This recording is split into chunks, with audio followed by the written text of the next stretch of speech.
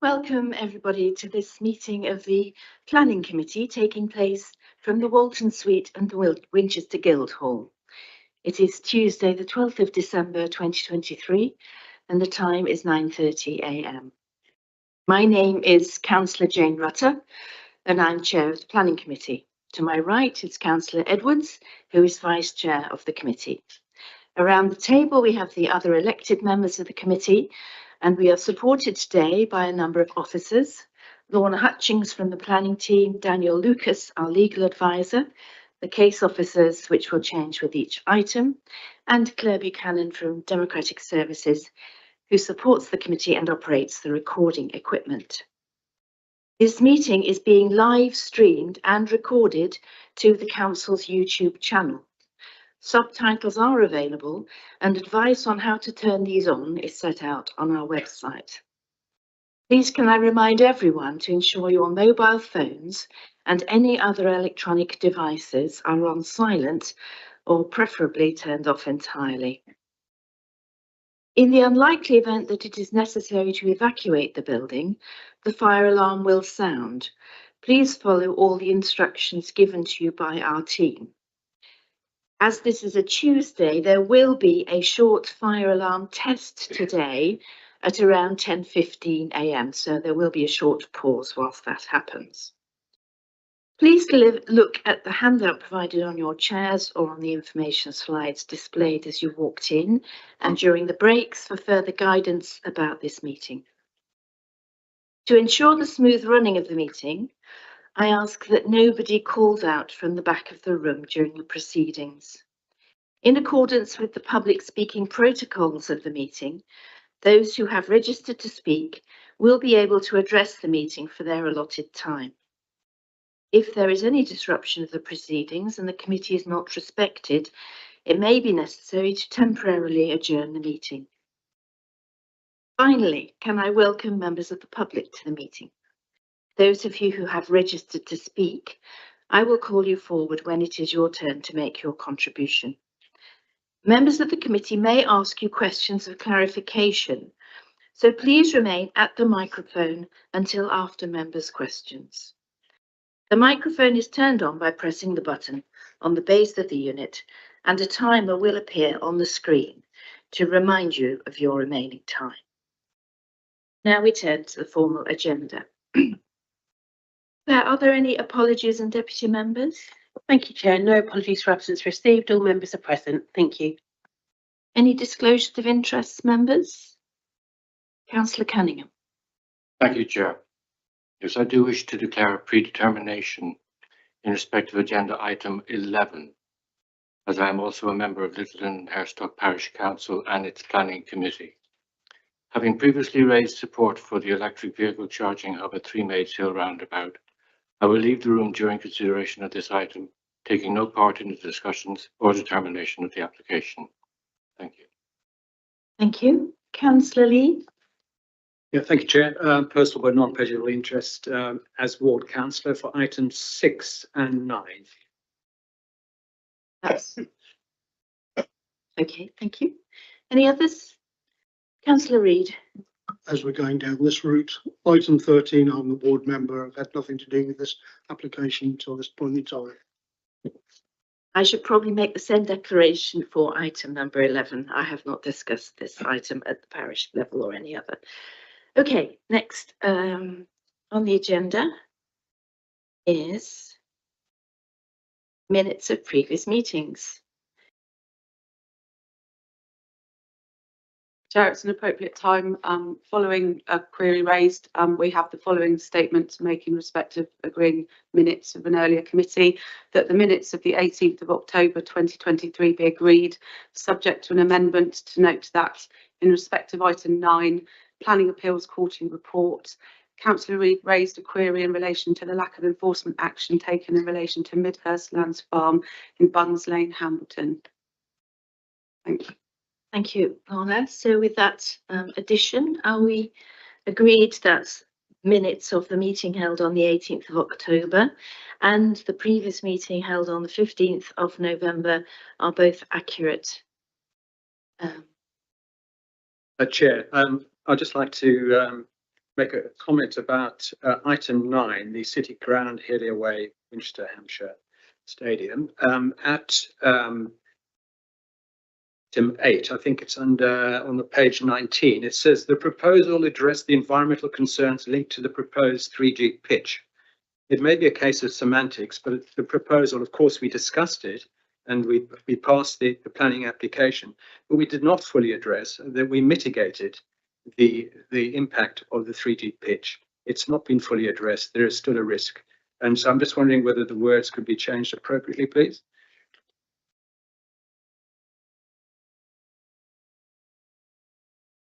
It's a matter for members as to whether or not the minutes are accurate or not. So you can take a vote as to whether or not you want the amendments as proposed by Councillor Lee, or if you feel they're a fair and reasonable reflection of the debate, then the vote could be taken on whether or not the minutes are accurate. And that's you, Chairman. I think addressed does cover mitigated as well, because addressed means we discussed all the issues, which we did do. If we as a committee feel that it's correct, then fine. But it does give the impression that. All right, well, I'll take the minutes separately then. So first of all, are we agreed now with the amendment as read out by Mrs. Hutchins? That's the minutes of the meeting held on the 18th of October should be agreed. Is that agreed? Thank you. Okay. And now I want to take a vote on the minutes of the meeting held on the 15th of November. Can I see those in favour of agreeing those, please? And any against? So those also agreed. Thank you very much, members. We now need to accept the update sheet as an addendum to the report. So, members, is that agreed? Agreed. Councillor Lee? Chair, I'd just like to raise a point of order before we start proceedings. I have asked several times for some key motions passed by this council to be included in the informatives, which should be part of our deliberations when we talk about planning applications. The first one is to protect our local rivers and waterways by taking account of the cumulative impact of pollution. And the second one is the nature emergency, which was declared in September. I hope that we can include that in informatives going forward and certainly consider that for this meeting. Mr. Lucas? Yeah, thank you, Madam Chairman. So as members are aware, to raise a point of order, it's governed by the Constitution. So bear with me whilst I quickly go through the Constitution as to the point of order and the point you're making. Puts me on the spot now in terms of constitutional law. Thank you, Councillor. So part 4.1 of Council Procedural Rules, a point of order shall relate only to an alleged breach of a procedural rule or statutory provision. The member must indicate the rule of law and the way in which they consider it's been broken, and also the procedural rule. Council, I'm afraid what you're suggesting in relation to adding informatives isn't actually a point of order in terms of the interpretation of the Constitution. So I'm afraid, Madam Chairman, I can only advise that that is not an appropriate point of order in this regard. Thank you, Mr. Lucas. All I will say, Councillor Lee, is that I have had a brief discussion with our planning officers about the point that you have just raised, and they will address it. And if you would like to have further discussions with them about that, please take that offline. Thank you very much. Now we move to the business items on the agenda, and we go to the first application,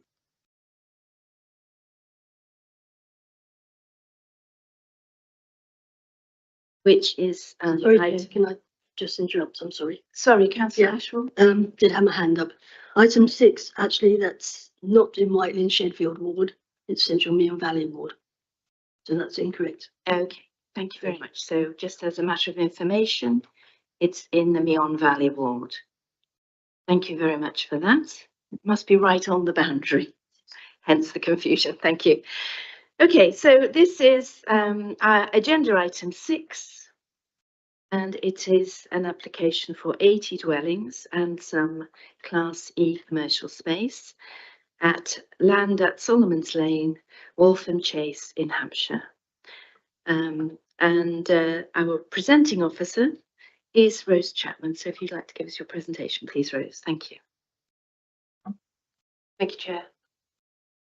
I just wanted to draw members' attention to the update sheet where there have been several updates in regard to this application. And additional to that, I have a verbal update to make. I realised going through last night that the footpath going through public open space had not been secured as part of the heads of terms for the section 106, so that should be added. And there are a couple of missing conditions regarding visibility displays being retained and ensuring that any planting within visibility displays is no higher than 0.6 meters in height. So with your permission, I'll add those to the end of the Thank you. Rose. Thank you.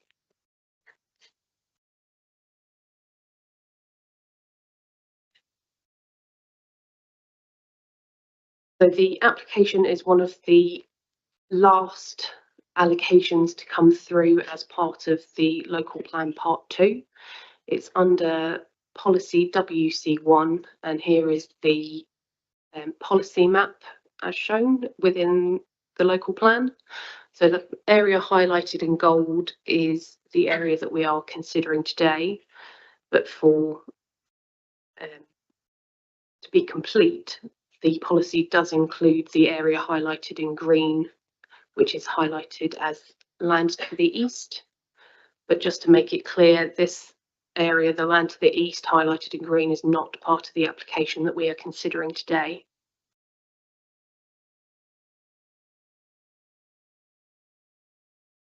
Give a wider understanding of the policies for Waltham Chase, this is the policy map for the village. So at the bottom, at the point of the cursor, is the WC1 Morgan's Yard application that we are considering today. WC2 is at the top, WC3 to the west, and WC4 is split over 2 sites to the east.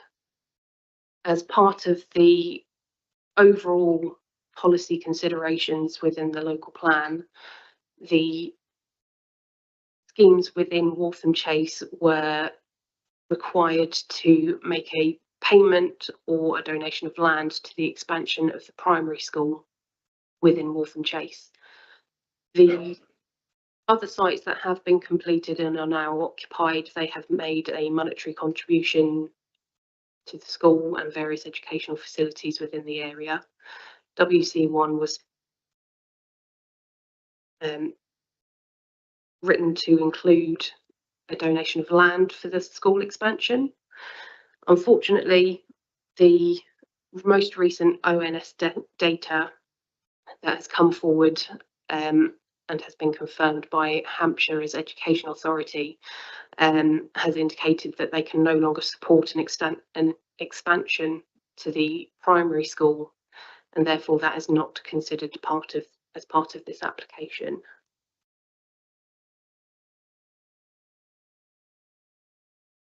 So here we have a general constraints plan as a general way to understand the various aspects that are around the application site. Just to focus in, so to the north, the area in pink, that point of the cursor, this is the village hall. Currently, parents will park in here and take this orange footpath as indicated down to the school. The area in yellow is a triple SI, Waltham Chase Meadow. The blue line that you can see running across to the north is a stream that runs through the triple SI, and you can see the blue areas within the site here. The attenuation and swales would be linked to this as part of the surface water management. The purple running down the side, this is the existing public sewer that runs underneath Winchester Road. You can see the retained trees highlighted in green.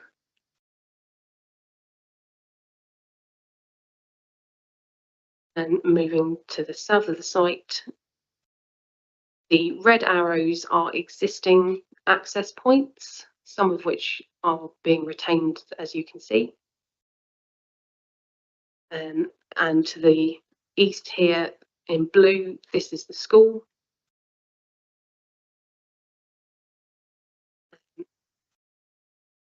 This band highlighted in orange here, this is a band of TPO trees that are proposed to be removed as part of the development. So as part of the policy, a master plan was required, as the policy covered 2 areas as shown on the policy map that I showed you earlier. It did include the land to the east, WC1A, which is this green area hatched. However, just to emphasise, this is not part of the red line plan and we are not considering any development within this area today. So the master plan, as shown on the left-hand side of the screen, the orange areas are residential, the purple and yellow are commercial, and the green areas at the top and on the corner here are proposed open space.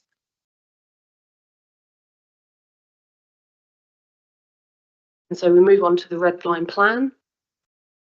As you can see, the primary school to the east here.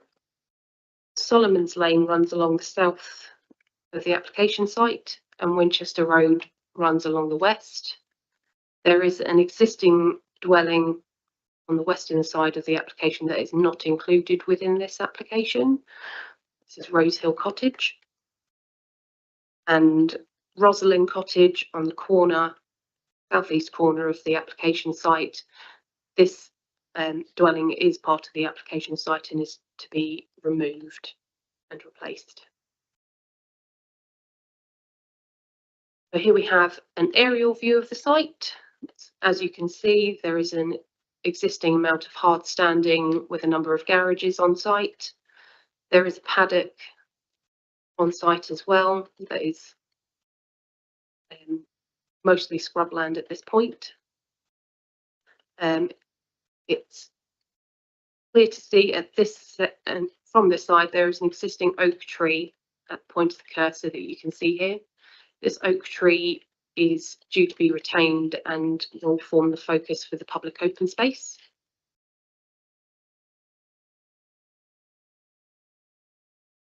So here we have a compare and contrast exercise.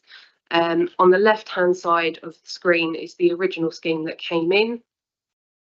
As you can see, this was for approximately 98 dwellings. There was significantly less public open space. It was very dense. Yesterday morning we discussed public open space being on the corner at the height of the hilltop. In the original application, you can see at the point of the cursor here, there would have been a very large block of flats on that corner. It was thought that this would have given a very urban feel to the as a welcoming entryway to Waltham Chase as a rural village and was not considered to be appropriate. And the frontage along Winchester Road was very parking dominated because of the location of the commercial units. I'll go into it slightly a little bit later, but the policy does also require a clear footpath to link from the Winchester Road, which is shown here, to the school. This was not a clear or not clearly indicated in this original scheme. On the right-hand side is the scheme that we are considering today. As you can see, along the Winchester Road, the commercial unit has been brought forward to provide some active frontage.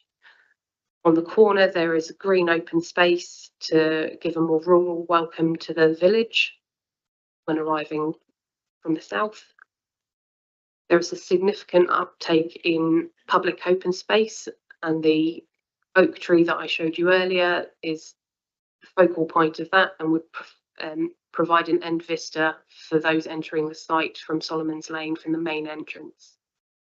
The footpath is shown here, and this is the footpath to the primary school that I mentioned earlier as part of my verbal update to be secured as part of Section 106. So to look a little bit closer at the scheme, just to reorient people, Winchester Road is at the top, runs at the top of the screen here, and Solomon's Road runs on the left-hand side of the screen here. The school would be at the bottom of the screen. So you can see the existing dwelling here would be given a slightly larger plot than existing. The commercial spaces here, there are a set of bollards located at the point of the cursor here. So while there is an access from Winchester Road, it would not be possible for cars to come through and use it as a shortcut to get to the school for drop-offs, but it would allow for pedestrian and cycle access through the site.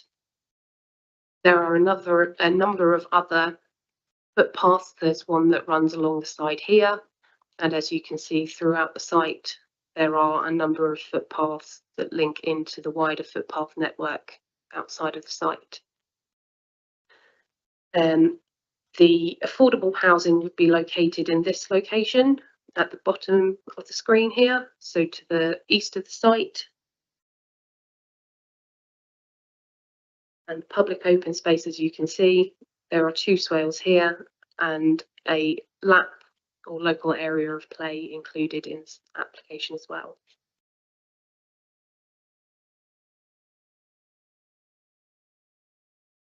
And then we have some street scenes just to give you an idea of the design of the proposed dwellings.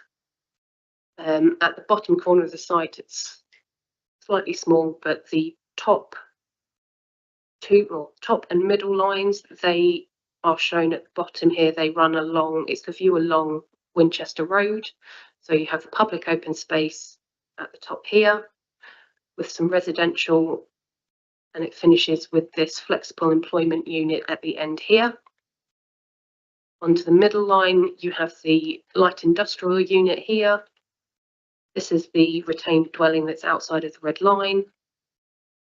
And then it takes up again for this corner up to the red line with some public open space in front of this dwelling here. This bottom line is the frontage along Solomon's Road, so you can see this blue line at the bottom of the screen here. You can see a lot less dense. They are detached for the most part. Public open space you can see here, and the main access to the site you can see here.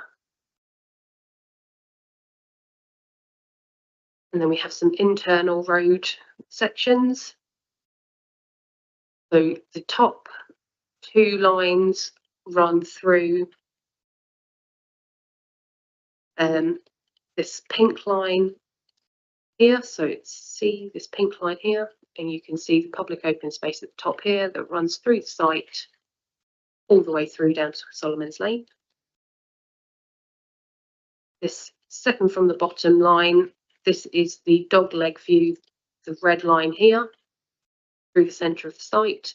So it starts with a flexible commercial space going into the residential. You can see the public open space back into residential and the edge of the site here, with the footpath going into the door right at the end. This bottom section, slightly difficult to see, it's this yellow section here that shows the affordable housing section and its relationship within the development.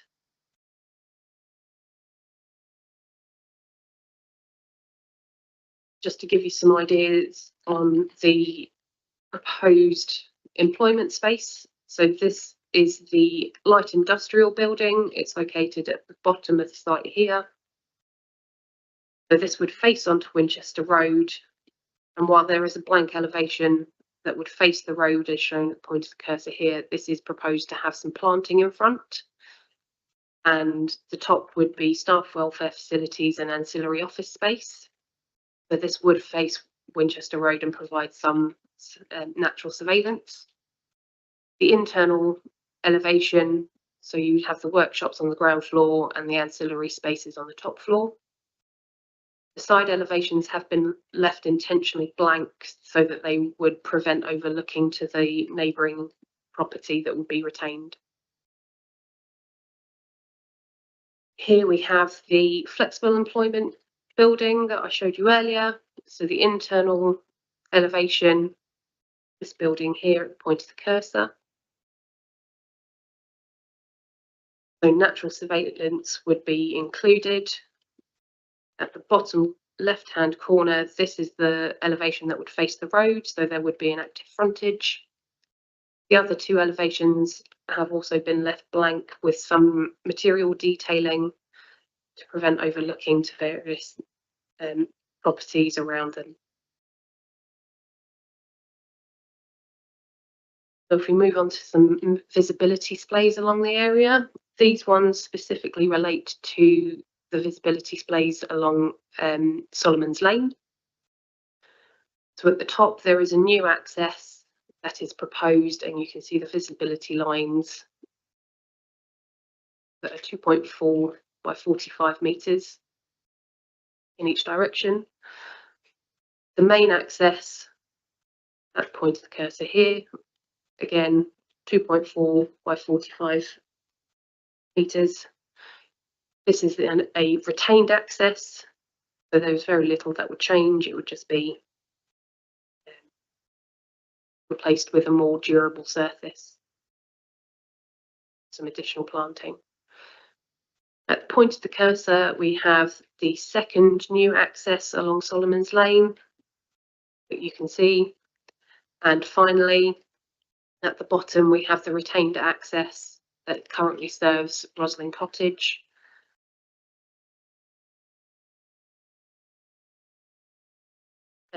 Along Winchester Road, these are the visibility splays.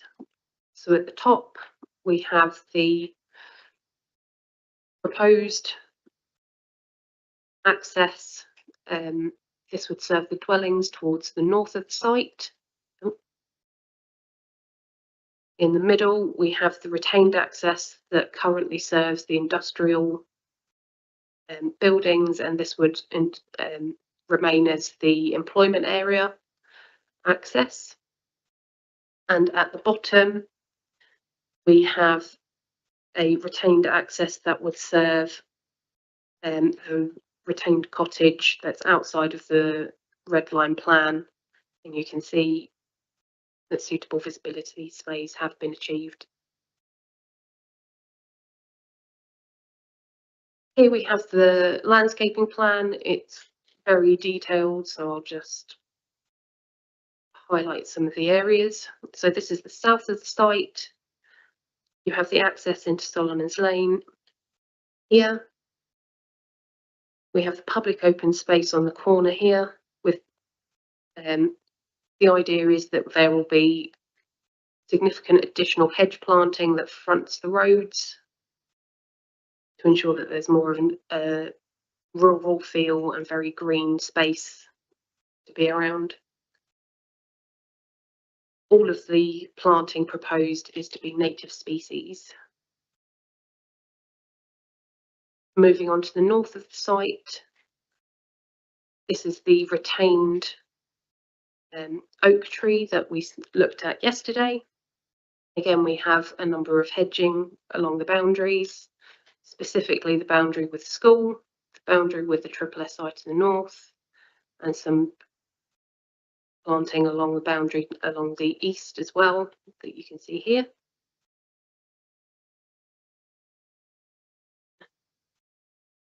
Within the public open space at the north, there is a 10-metre buffer included to the Triple SI.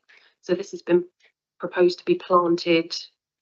So the area closest to the Triple SI, we have the native hedge, followed by a lot of undercroft shrub planting, and then some rough turf planting. On the other side of the open space is more durable planting. Excuse me. And you can see some swales. These are proposed to be a maximum of 1 metre in depth.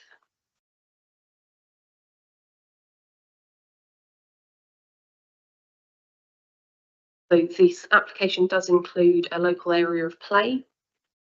These are generally for Key Stage 1. So smaller children, to let them run around and play. This area is proposed to be enclosed with a hedge. And in this case, the applicant has indicated that they would provide some stimulation for the children to play, so some boulders to climb, some logs to climb, and some variation in land levels, as you can see. It has been somewhat unclear as to whether or not these have been acceptable, so there is a condition within the recommendations for further details of this local area of play equipment to be agreed.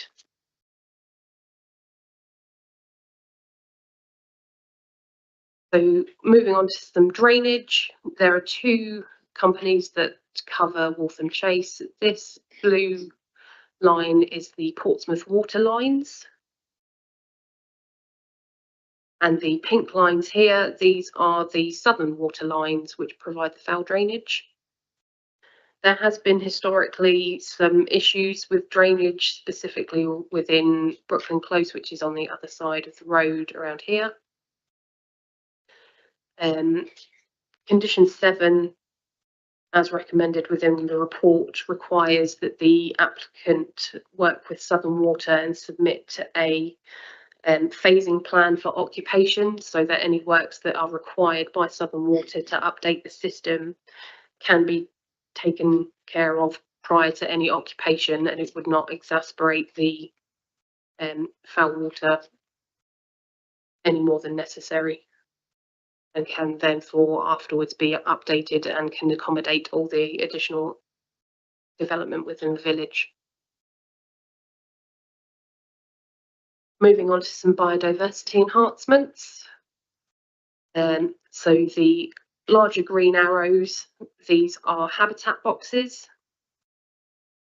The purple arrows that you can see around the public open space, these are bat boxes within the dwellings, and scattered around the development there are bat tiles at strategic places.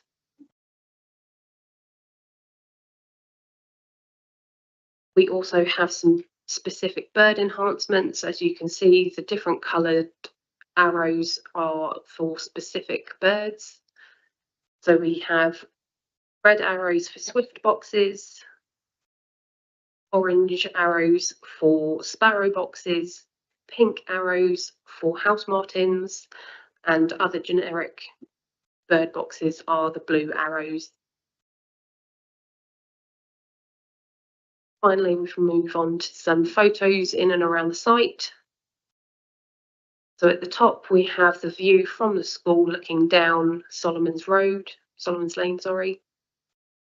And at the bottom, you can see a view from outside of the site looking over into the site. The existing building, Roslyn Cottage here, this would be replaced. At the top, this is the existing access to Roslyn Cottage. This would be retained and improved to serve the new dwellings. At the bottom is the existing access into Morgan's Yard. As you can see, there is a lot of hard standing as existing. At the top, you can see one of the existing office buildings on site and the extent of some of the hard standing. At the bottom, this is the view from the corner looking up Solomon's Lane.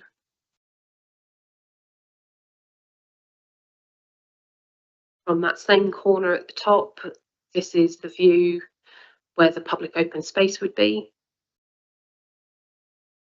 At the bottom, we have the view along Winchester Road, and you can appreciate the existing footpaths.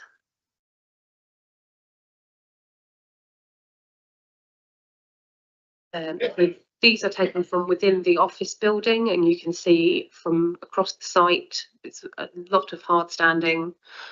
This is on the right hand side, an existing garage building that was for B2 uses. And at the bottom, this is the view towards Solomon's Lane. At the top, you can see the TPO trees that would be removed.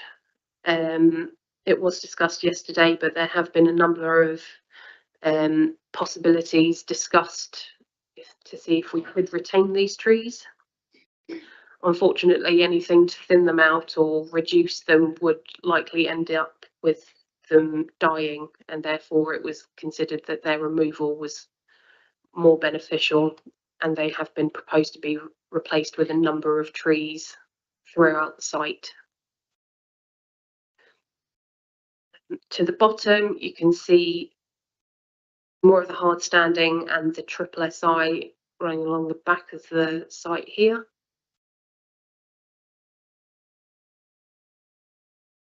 At the top, you can see the existing paddock that would be removed.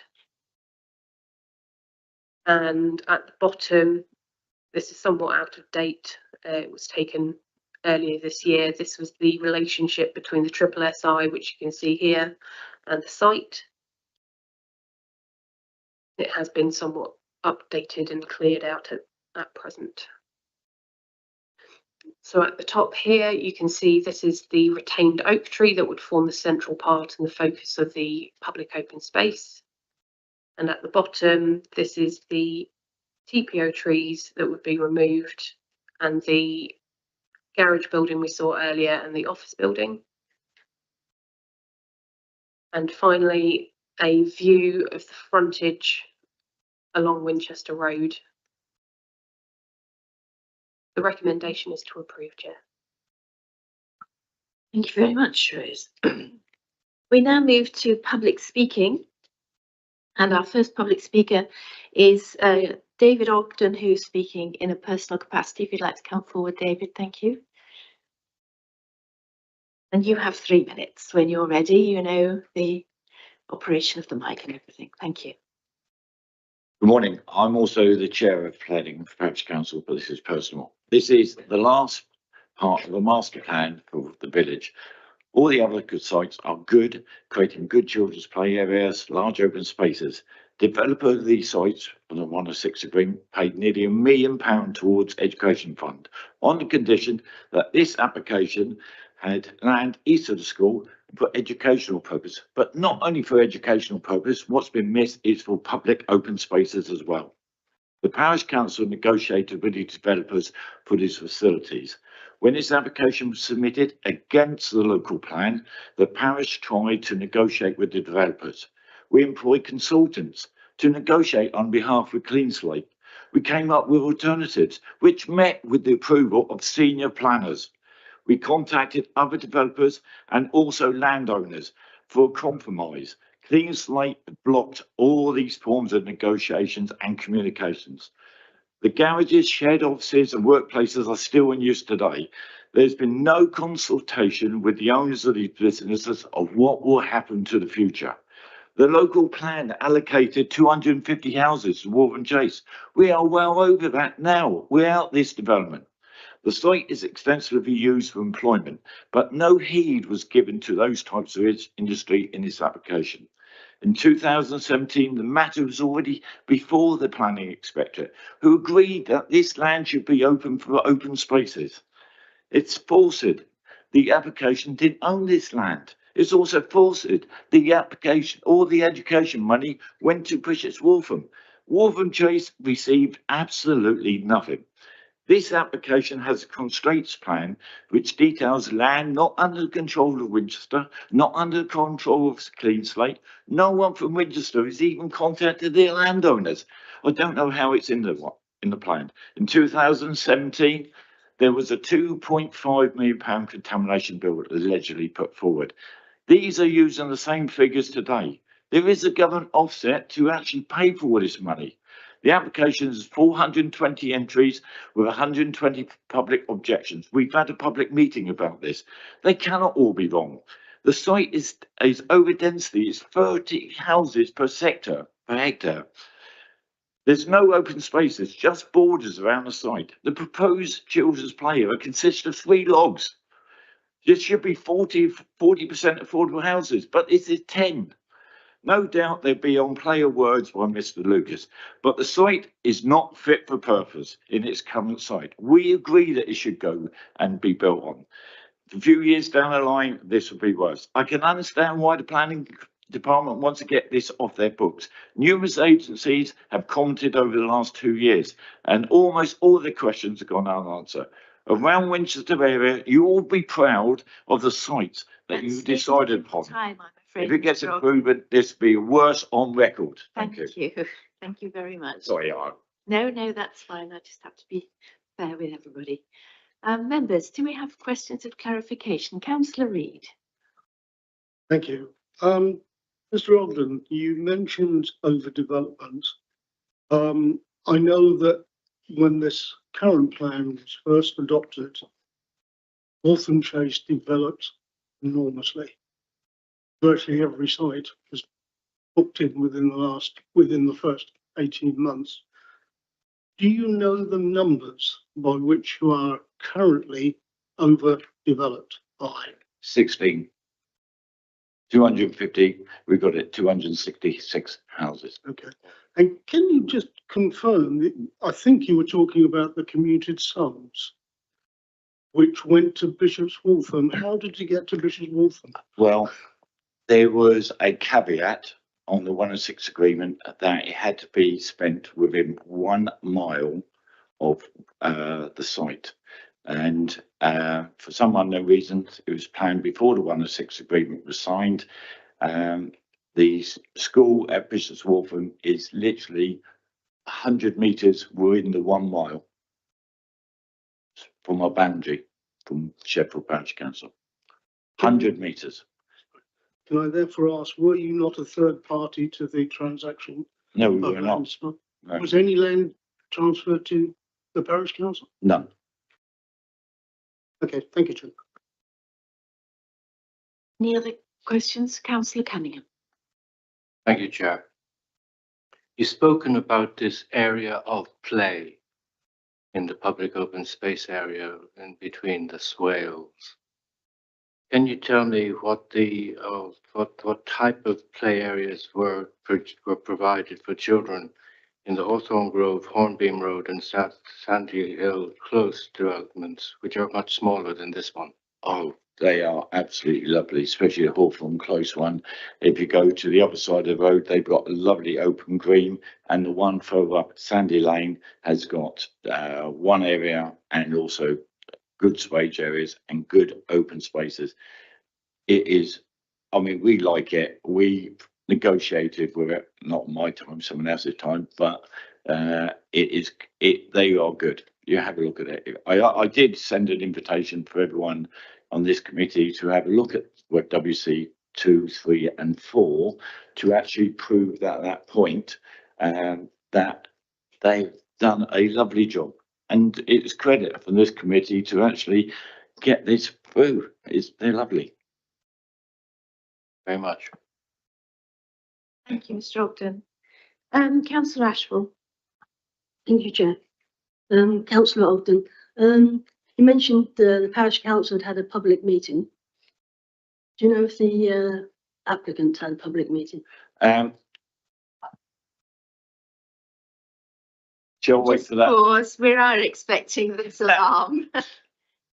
Okay. I'm just glad it wasn't my phone. Just wait a moment. I would have been in the doghouse. Okay, that's all working good. Okay. Carry on, please. Thank you very much. I contacted Clean Slate in relation, they were given an invitation to attend. I also asked them to have a consultation with the public because they hadn't. And after that, they had a consultation, an open meeting for the day. But I noticed that none of the results are actually presented in any of the documents that they put forward to this committee today. Councillor Lee. Mr. Ogden, firstly, congratulations. Your tenacious monitoring of this over the years is commendable. I noted the points of concern.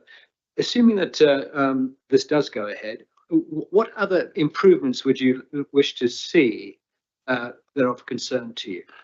My main concern is obviously the sewage flooding in that area. If you notice on their own report, it says most of the northern area is at medium or high risk of flooding. No one's picked that up. That my residents get flooded quite often. Brooklands is one, further down the road, which is Bull Lane. The other main concern is the safety of children walking to school. If they close this new access at the back of what's called the Broad Walk. It will make the children walk to school so close to the road, it is untrue. And that is my secondary concern. There's others, but they're the two, sorry. Thank you very much. I will just say that we did have a site visit yesterday, and members were encouraged to go and have a look at the other sites that you referred to, Thank you. which I'm sure most of us did do a drive-by and have a quick look. So thank you very much for raising that with us, and thank you very much for coming along this morning. Thank you. If you'd like to switch off the mic and return to your seat, thank you very much. Our next speaker is Mr. Ian Donoghue on behalf of the Parish Council. Do you also have Councillor Jones with you? Yes. To answer questions, I understand. Lovely, welcome. So between you, you'll have 3 minutes. When you're ready, you know how to switch on the microphone. Thank you very much. Chairman, councillors, thank you for the opportunity to speak on the item. My name is Ian Donoghue. I represent Sheffield Parish Council. Alongside me, Margaret Jones, who would answer any questions that you may have from the parish. I just want to concentrate on 3 main issues. The requirements of the policy are shown in the officer's report and refer to 2 sites, WC1, WC1A, for which a master plan is required to demonstrate how the 2 sites will be brought forward. To give some background to the policy, the site was originally earmarked for 65 houses and an allocation to the school for an extension.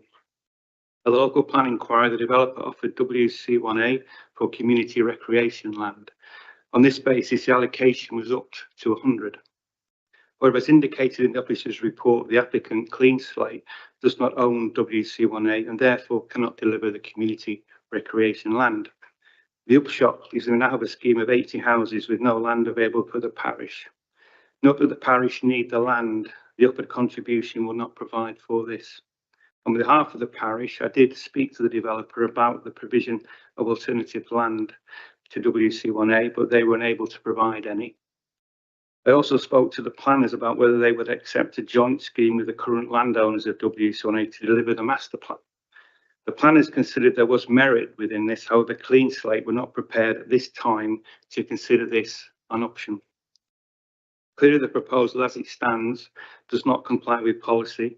And as committee members, you need to consider whether the scheme for 80 dwellings, with in particular no provision of community recreation land, really achieves the aims of the policy and meets the needs of the parish.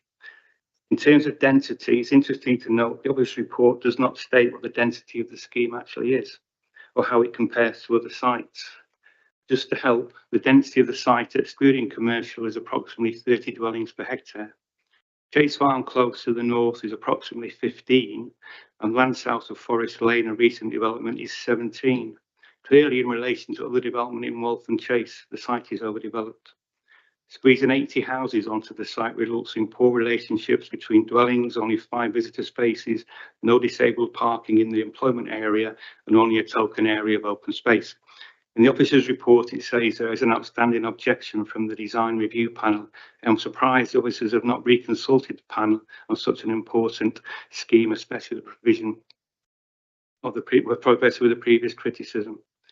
Provision of affordable housing is significantly short of the 40% requirement. Clean Slate have provided a viability assessment, and part of the assessment have utilised vacant building credit to reduce the 40% by almost 10%. However, VBC to be used, many authorities require that the buildings must be vacant at the time of submission or have been marketed. And importantly, any vacant buildings should not, as a result, intention to redevelop. In my view, the buildings are still being used, and it is just the intention to redevelop. I'm afraid that's the end of your time. Thank you Thank very you. much. Yeah. Members, do we have any questions of clarification for the Parish Council representatives? Councillor Lee. Thank you. That was very clear. I wonder if you could just unpack the design review panel's concerns and articulate exactly what you think the issues are. I only went off from what the actual report said in terms of the actual concern about the overdevelopment.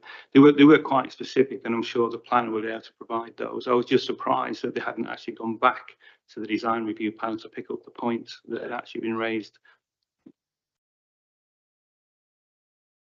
Councillor Reid.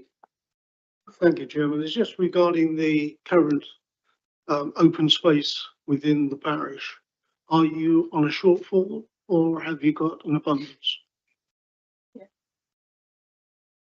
It is on a shortfall. To what degree? Got the- Approx.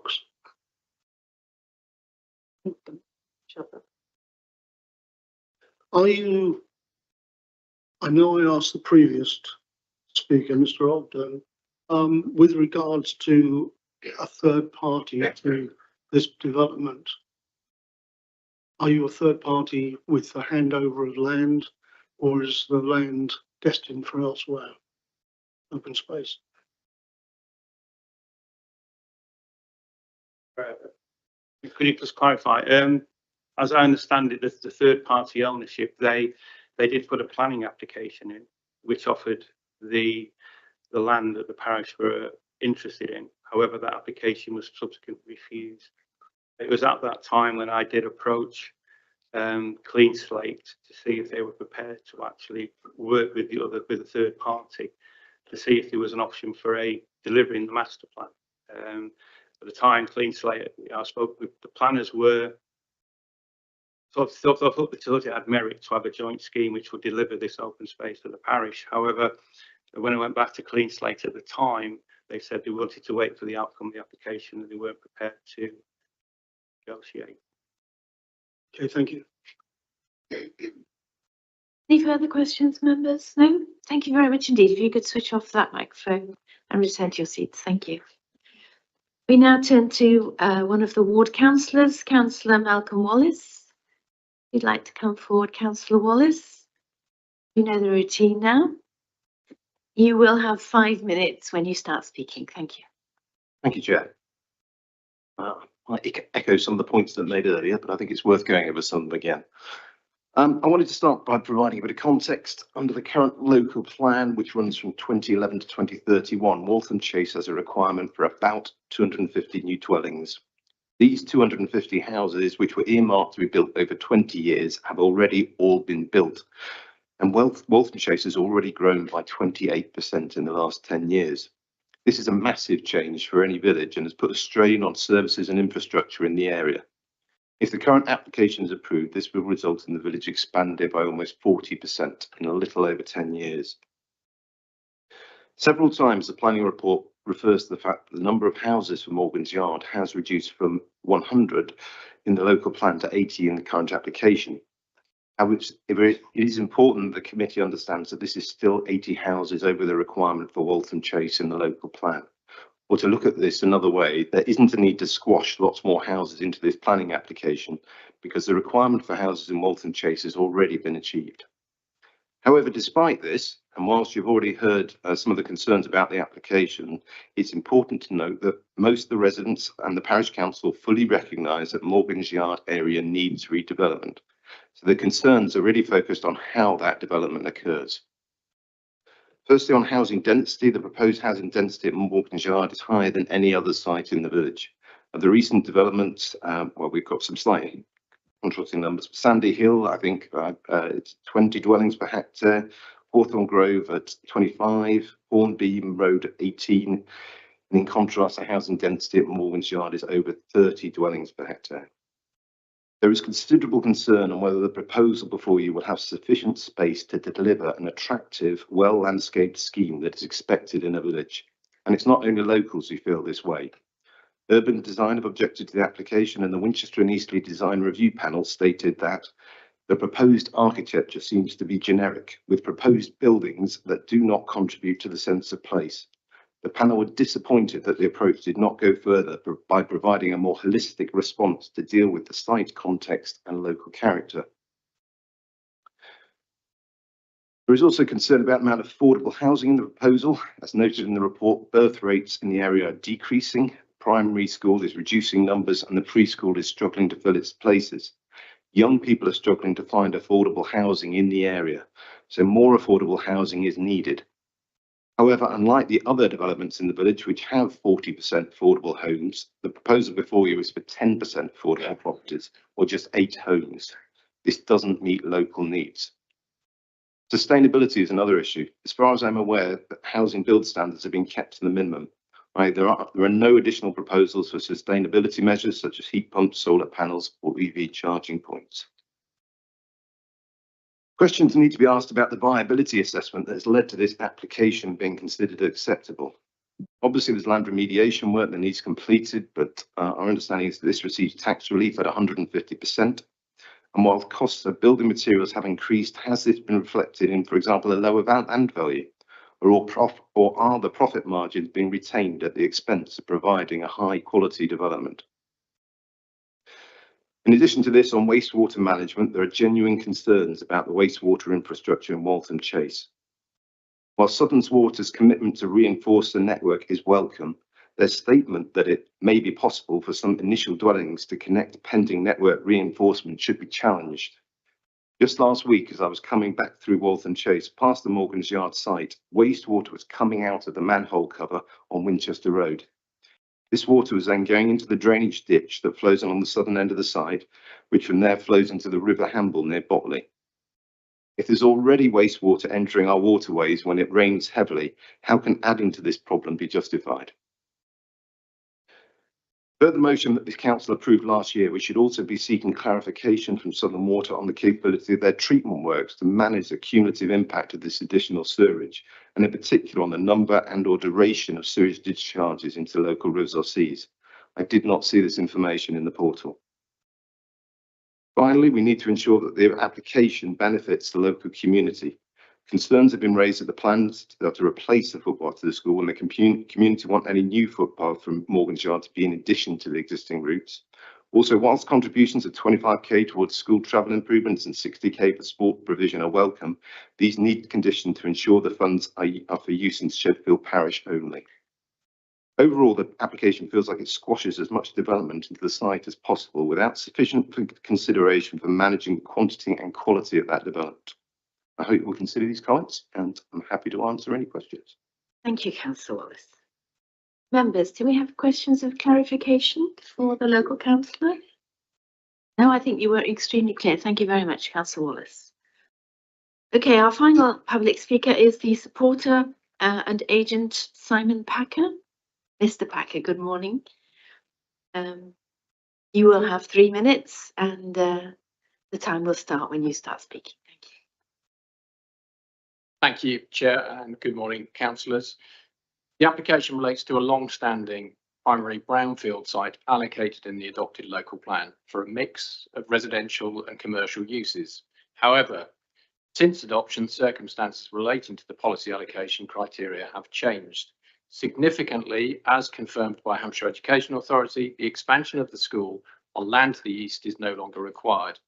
My client has explored opportunities to deliver related open space on this land as requested by the parish council. However, the existing owner of the land was unwilling to negotiate.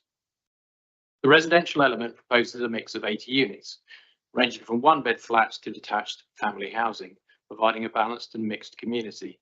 The viability report submitted with the application sets out the rationale for reduced affordable housing and has been ratified by the council's internal specialist advisor. The net density of the residential development equates to 30 dwellings per hectare. Whilst comparatively higher than other recent developments in Waltham Chase, these are on greenfield sites on the village edge, where lower density is preferable. A density of 30 dwellings per hectare is considered appropriate on a primary brownfield site where policy advises making efficient use of land. The existing industrial uses on site necessarily have some impact on local amenity, including the adjacent school, from noise, dust fumes and lorry vehicle movements. The proposed commercial uses are restricted to Class E uses that can be carried out in a residential area without detriment to amenity. They include medical health uses of benefit to the local community. The layout and design responds to local context based on guidance within the Village Design Guide, the High Quality Spaces SPD and feedback from the Design Review Panel. Your office conclude, and we agree, it offers a high-density, well-designed scheme. A well-designed scheme. The majority of existing trees and hedgerows are retained, including a large oak as a feature within the open space. The council's landscape and recreation officer has confirmed no objection to the layout and quantum of open space, subject to securing an off-site contribution towards sports provision. There are other specific points my client would like to highlight. There is a 15.75% biodiversity net gain and an enhancement to the setting of the adjacent SSSI. A permanent, safe and accessible pedestrian route will be provided through the development to access the adjacent school, whereas the current parking drop-off and route through the SSSI cannot be guaranteed in the long term. A traffic order along Solomon's Lane will be provided to prevent parking up to the school entrance, and there's a commitment from Southern Water to provide suitable upgrades to the drainage infrastructure to both accommodate the development and alleviate existing issues. All statutory consultees have confirmed the proposals are acceptable, including Southern Water. This application represents an important opportunity to secure the regeneration of this brownfield site and all the related benefits that it would bring. We would therefore endorse your officer recommendation to grant planning permission. Thank you. Thank you very much. Members, questions or clarification for the agent? Councillor Lee. Thank you for that. I note that the design review panel has an outstanding objection, and I wonder if you could just explain why you perhaps have not gone far enough to meet those concerns. My understanding is that the objection relates to the original scheme, and whilst the design review panel were not consulted on the revised layout, what we have been able to do is to look very carefully at the comments and the feedback from the design review panel and take that into account with officers in revisiting the scheme. So we feel comfortable that the proposed scheme in front of you responds to those design review panel comments. Can I ask about the sustainability elements? Future Home Standards is over the horizon. So what is the general intent to ensure that we get the best sustainable elements into the housing on this site? So as you correctly state, Future Home Standard comes into play, I think, in 2025. So it's probable that a high proportion of these houses will need to comply with that standard anyway, just in terms of timescales. But I can tell you that clients exploring opportunities based on the current standards to do what they can. And that includes, actually, there are some EV charging points, for example, within the scheme. Thank you. Councillor Reid. Thank you, Chair. On your submission, you say the approach to the school will run across the northern side of the site. What proposals are there for lighting on that particular stretch? I believe there is a condition which would require that detail, but the whole idea of having the footpath within the development offers the opportunity of natural surveillance and security. So it should be a more attractive route from the point of view of security than going through the effectively the fields that exist at the moment. So yeah, we're comfortable that the pedestrian route will be a safe route for children. Yeah, I think it's pretty obvious that the reason the children go the route they go at the moment is because the parents can park. On the Winchester Road, parents can't park, or at least they can with considerable difficulty. Could you tell me about the heating requirements for your properties? Is it proposed there's going to be any solar panels or heat pumps on the dwellings? Well, as I said earlier, I'm not aware that there are specifically, but there is the Future Home Standards coming very soon around the corner, and it will obviously be a requirement to comply with the relevant building regulations that exist at the time. So I think the intention would be timescale depending that the majority of these dwellings would probably need to comply with those standards. So would I assume that electric or gas is going to be the main source of heat? Well, as I say, it will depend on the timescales, I think. The building regulations are in place. That is the standards that are used currently. Yeah, it will depend on the standards that exist at the time that these houses are constructed. Thank you. Councillor Cunningham. Thank you, Chair. Mr. Packer, are you content that an area of play with a couple of logs and boulders is a responsible, thoughtful or considered provision for children to play in? It often depends on the individual site circumstances, I think. With this application, obviously there are challenges because it's a brownfield site.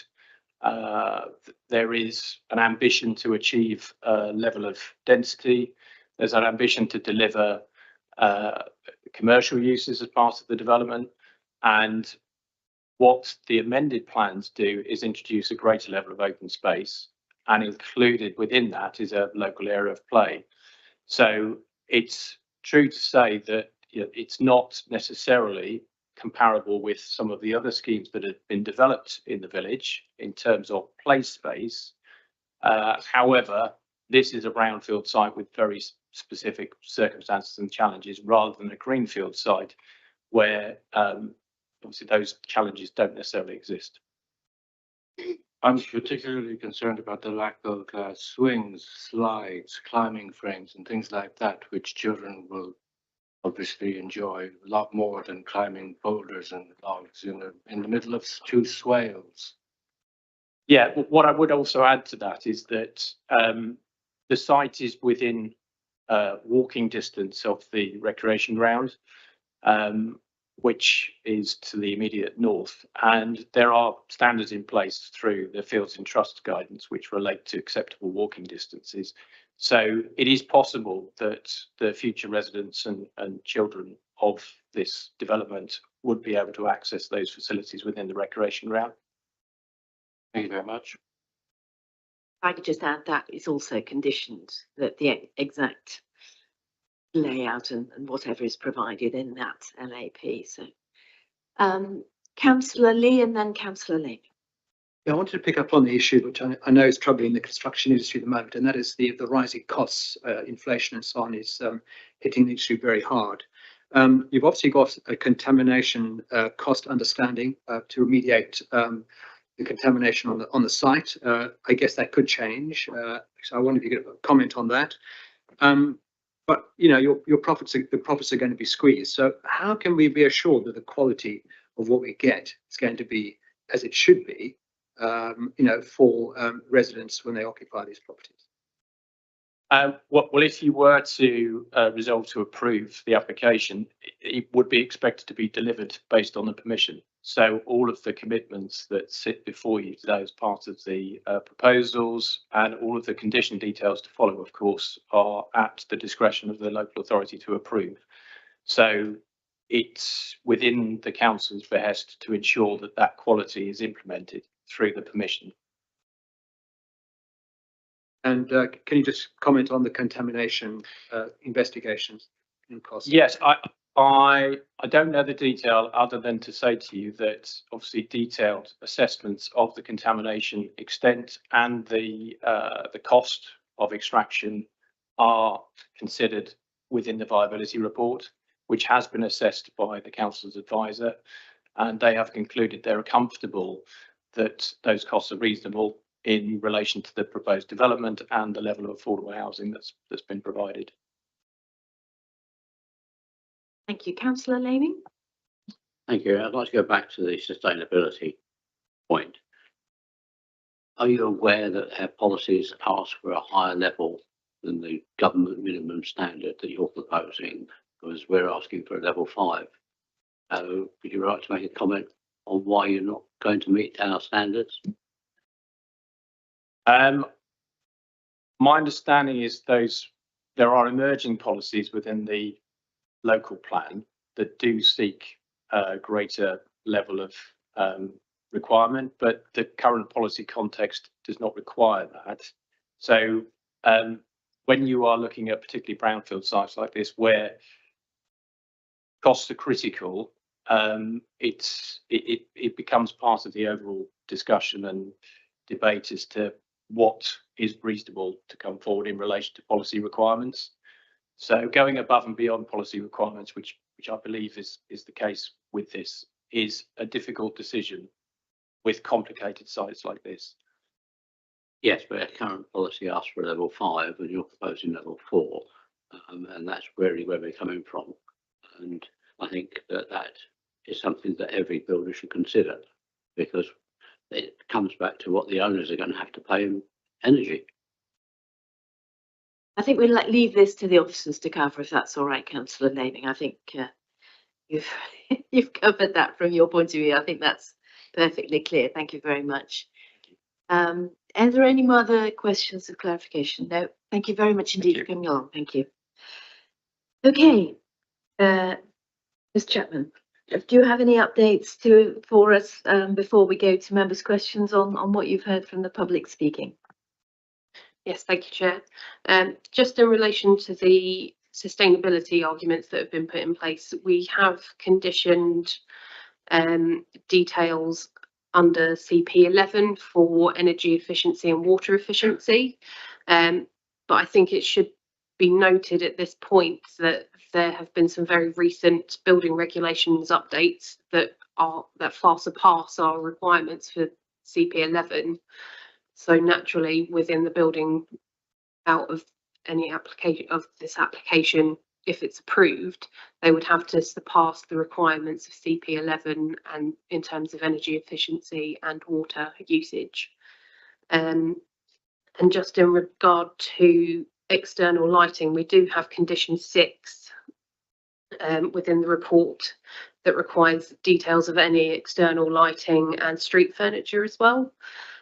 So if the footpath to school does require lighting, then details of that can be submitted and assessed under the details of in compliance applications.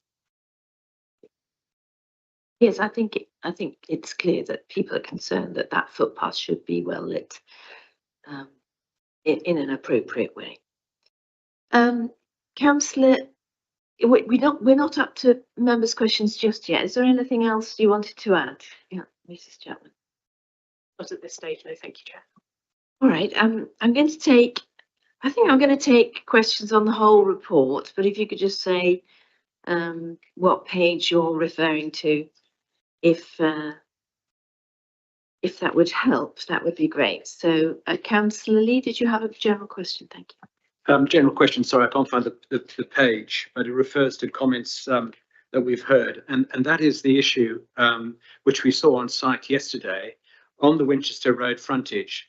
That is a very narrow pavement.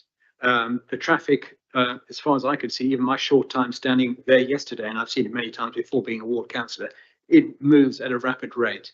I'm very concerned about passengers, pedestrians moving down that area, particularly in view that one of the shops is not actually close to this site. So I just wonder what is it you think might be the art of the possible to improve the situation. I note that on the Solomons Road, the frontage of buildings is set back, but on the Winchester Road, clearly things are quite tight up on the pavement edge. Is there a way to work with the developers to try and improve the situation? Maybe highways. Thank you. The existing pathways around the site were assessed by Hampshire's Highways Authority, and they were considered to be acceptable in terms of width for what they are required to do. But I think it should be noted that as part of the heads of terms within section 106, there is a travel plan, and a framework travel plan has been included as part of the application to reduce sort of car movements and enhance various aspects around the village. At the moment, there's no specific detail about the final travel plan, but it could be that could be explored as part of it. But as it stands, Hampshire Highways are happy with the current layout of the footpaths as they stand. Councillor Reid. Thank you, Chair. First of all, thank Rose for an extremely difficult job yesterday in showing such a large party around, and I confer with Councillor Lee, the road itself was exceedingly busy and running at a speed that would be quite dangerous, looking at the footways on that particular road.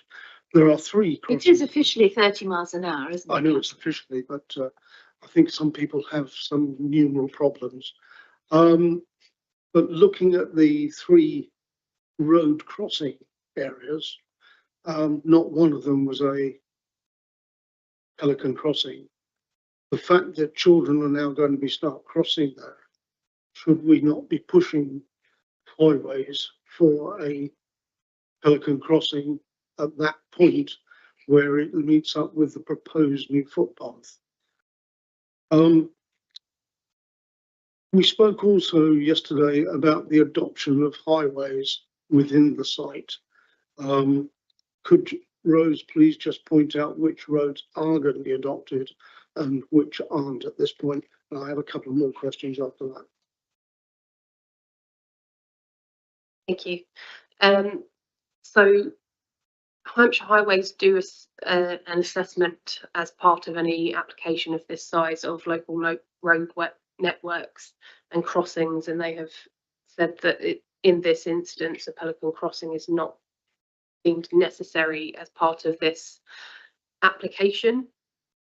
So at this point in time there hasn't been a requirement to push for a Pelican crossing within the village.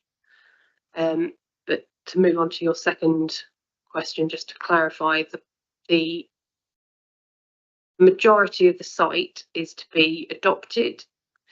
The areas that are not considered to be adopted are the small clusters that of dwellings with their own access. So there's one section here, so these 4 houses.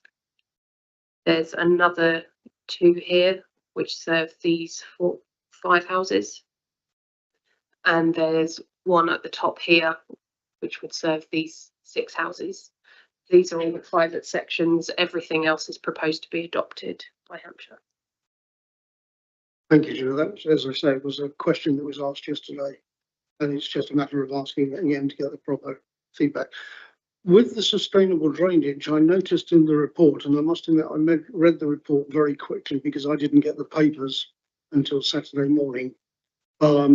Equally so, my iPad had gone down as well, so I couldn't refer to that. The pipe size is 4 inches. Are we quite certain that is adequate, considering we've heard from, I think, the parish council this morning that there is a certain amount of flooding within the locality? Thank you. So the stream that runs through the Triple SI has been known to flood at some point, but it's not ever come into this area of the site or anywhere within the red line plan that I've been made aware of. And looking at cross-referencing maps, it hasn't been highlighted as part of the EA maps. So the pipeline to link the Wales at the top of the site. So there's one along here and there's one here. Size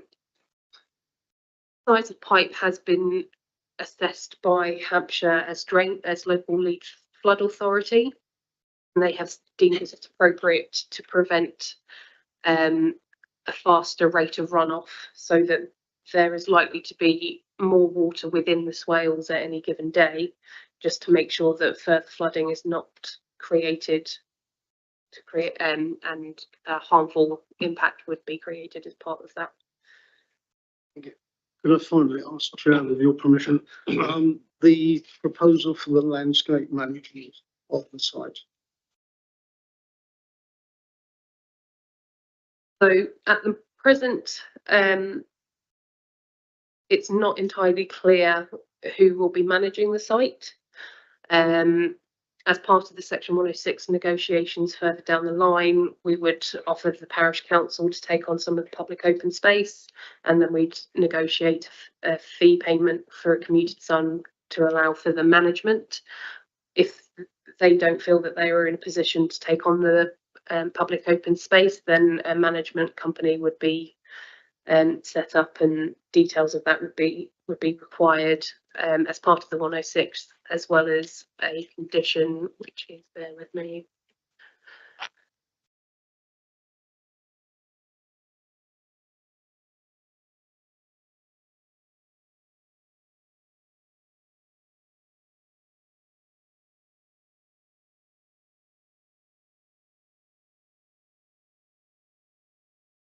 I can't find it, but it is in there. There is a condition requiring details of the management company and management details of the landscaping. So I can find that for you in a few minutes. Perhaps I could also remind members that in the update sheet, there is reference to a bond being required to secure the open space to ensure that it is properly laid out initially. And that that is an additional requirement that's in the update sheet. Okay. Councillor Ashwell. Thank you, Chair. Sorry, Thank you, Rose, for the. Sorry. Point of order. Yes, The councillor. councillor left the meeting room during the meeting. She did leave the meeting room, but very briefly, and I did not So it's consider. permissible now to leave the room The, for a short time. it's Could at I the ask you- chair's discretion, councillor Reid, and I did not consider that she had missed anything of any significant import. I thought this was a legal issue. It's a matter for you, Chairman. It's obviously the period of the debate that the councillor has missed may be quite crucial to her determination in voting. It's a matter for you, Councillor Ashwell. If you feel that you've missed quite a large part of that debate, it's a matter of as to whether or not you want to stay, exercise your right to vote. However, it could lead to standards issues. So it's really an issue for you. You want to recuse yourself at this point, or if you feel that actually you did not miss material parts of the debate and you feel able to vote, it's really a matter for you. Sorry to put you on the spot, but the point of order has been raised. Thank you. That's fine. I do feel I didn't miss that much. I think it was like literally 2 minutes, and I'm happy for councillor Ashwell to remain if you don't think you missed anything. Okay, thank you, Chair. I do have a question if that's. She did have a cough, and I think she was just. Yeah, getting I was choking, so it's better I went out me. No, thank you, councillor Reid. Thank you for raising that, and it's perfectly legitimate to do so. And I did notice that she left, and I did make a note, and I gave her I thought, well, if it's more than a certain amount of time, and I was listening to also the information that was coming across during public speaking that she missed. I don't think she went very far, but it was a very short period of time, and I'm content that she hasn't missed anything that would significantly impact her decision making. Right, let's go to your question, councillor Ashwell. Thank you. Thank you, Chair. Just want to thank Rose for her report and for the site visit yesterday. I noticed on the comments on the planning website, there's a letter from the school regarding the current footpath that's there and the proposed new footpath. The school would like to have the current footpath in place as well as the new footpath. Just wonder if you can comment on that, please. So as part of the routes to school, there is a footpath that runs through the public opens, through the Triple SI, excuse me. Let me just bring it up. So it's this orange route here that's highlighted. This runs through third-party land, which I understand is owned by DEFRA. And because it runs through the Triple SI, it's highly sensitive and there's no guarantee that it will remain open indefinitely. It is outside of the confines of this application. So by introducing an additional footpath from Winchester Road to the school as part of the policy, it would not override the use of that footpath as long as DEFRA are happy to carry on offering its use. The footpath within the public open space is to comply with the policy and give more options if and when DEFRA decide that they no longer wish to provide a footpath through the Triple SI. Thank you, Chair. Councillor Gordon-Smith. Well, actually, my question has just been covered by the last one, but thank you. Councillor Lee. Yeah, sorry, Rose. I should have thanked you yesterday for your visit and for the report in front of us. we picked up on this yesterday, and I appreciate biodiversity net gain regulations, if you like, are not coming in until January. So what we've got in front of us is a positive gain, which is fantastic. But there were some questions from the Hampshire County Council ecologist, which suggested that the report in front of us, or certainly posted to the portal, was incomplete. I wonder if you can comment on that and whether that's going to be completed. So that's my first question. And my second question, page 52, then cross to page 55, para 21. Prior to commencement of development, a conditions survey and report of the adjacent watercourse be undertaken.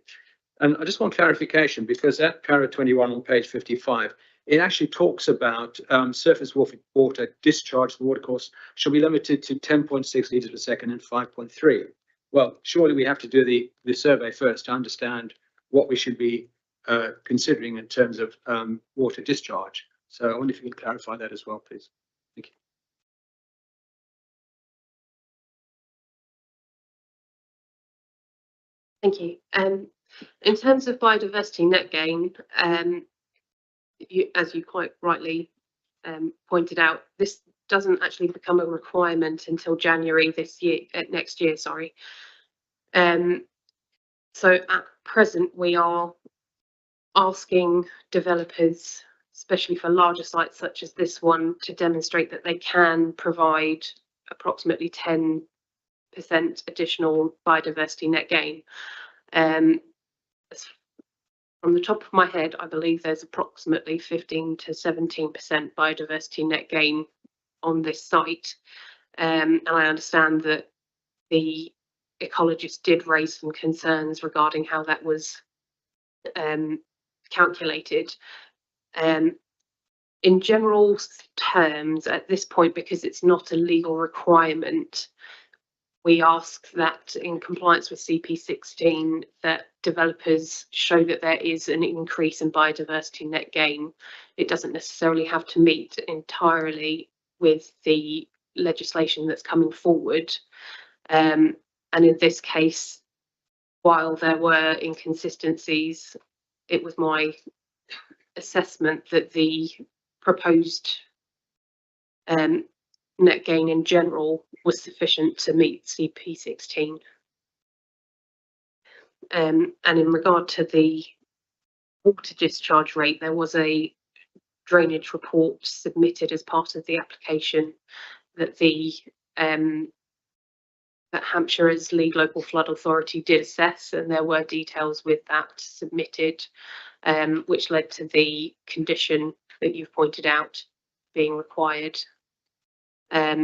They have looked at the amended plans and the amended details that were submitted, and they said that they were acceptable. They just wanted to make sure that everything is then secured via that condition to make sure that the flow rates are secured so that it wouldn't result in additional flooding off-site.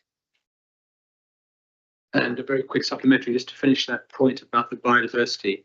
I think it's page 51.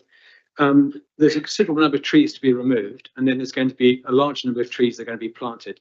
And clearly that's really good news for the ecology and green therapy and breaking up the hard, dense packing of what we're getting in terms of this built environment. But I am concerned because obviously when new trees which are planted take some time to get to maturity and deliver the ecological value. My quick calculation here, the back of my fag packet, if you like, suggests that by removing the said trees, we're going to lose the benefits of that, and then it's going to take some time before the maturity of the new trees kicks in. So, is there a way that we can consider phasing the removal of the trees? My first question. And the second part of that is when we come to put the new trees in, can there be more mature trees rather than saplings? I presume we'll get to the conditioning conversation about that. That's certainly something we can discuss when it comes to implementing the various conditions. So the trees that are to be removed, as you saw on site, they tend to be Leyland type style trees, so their ecological importance is generally limited. They're not very popular trees with many protected species. So most of the trees on site that are being retained are native species and are mature. So there will be some sort of compensation in that regard, and additional planting in place, but we can require further details via condition for the sizes of plants to be confirmed.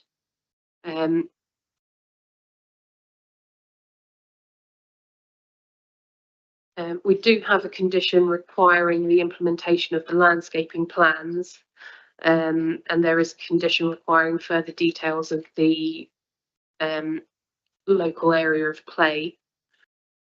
So it may be something that you can put forward to confirm details of sizing of plants at the appropriate time. Councillor Lamy. Thank you, Chair. I would like to ensure that all dwellings have an electric vehicle charging point. Can we put that in? That's not already in. So at present, there isn't a requirement for all dwellings to have a vehicle charging point, as I understand it. Then there is an understanding that there would be a significant amount of vehicle charging points, but I'm unclear on how many precisely there would be across the site, but there is a requirement that some are provided.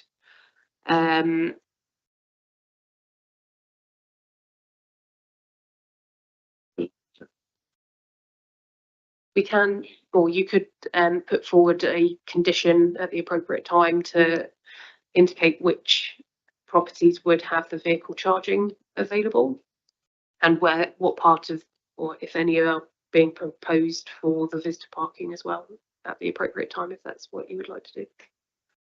I'm quite happy with that, and also we've conditioned on other estates that they'd be electric only, no gas.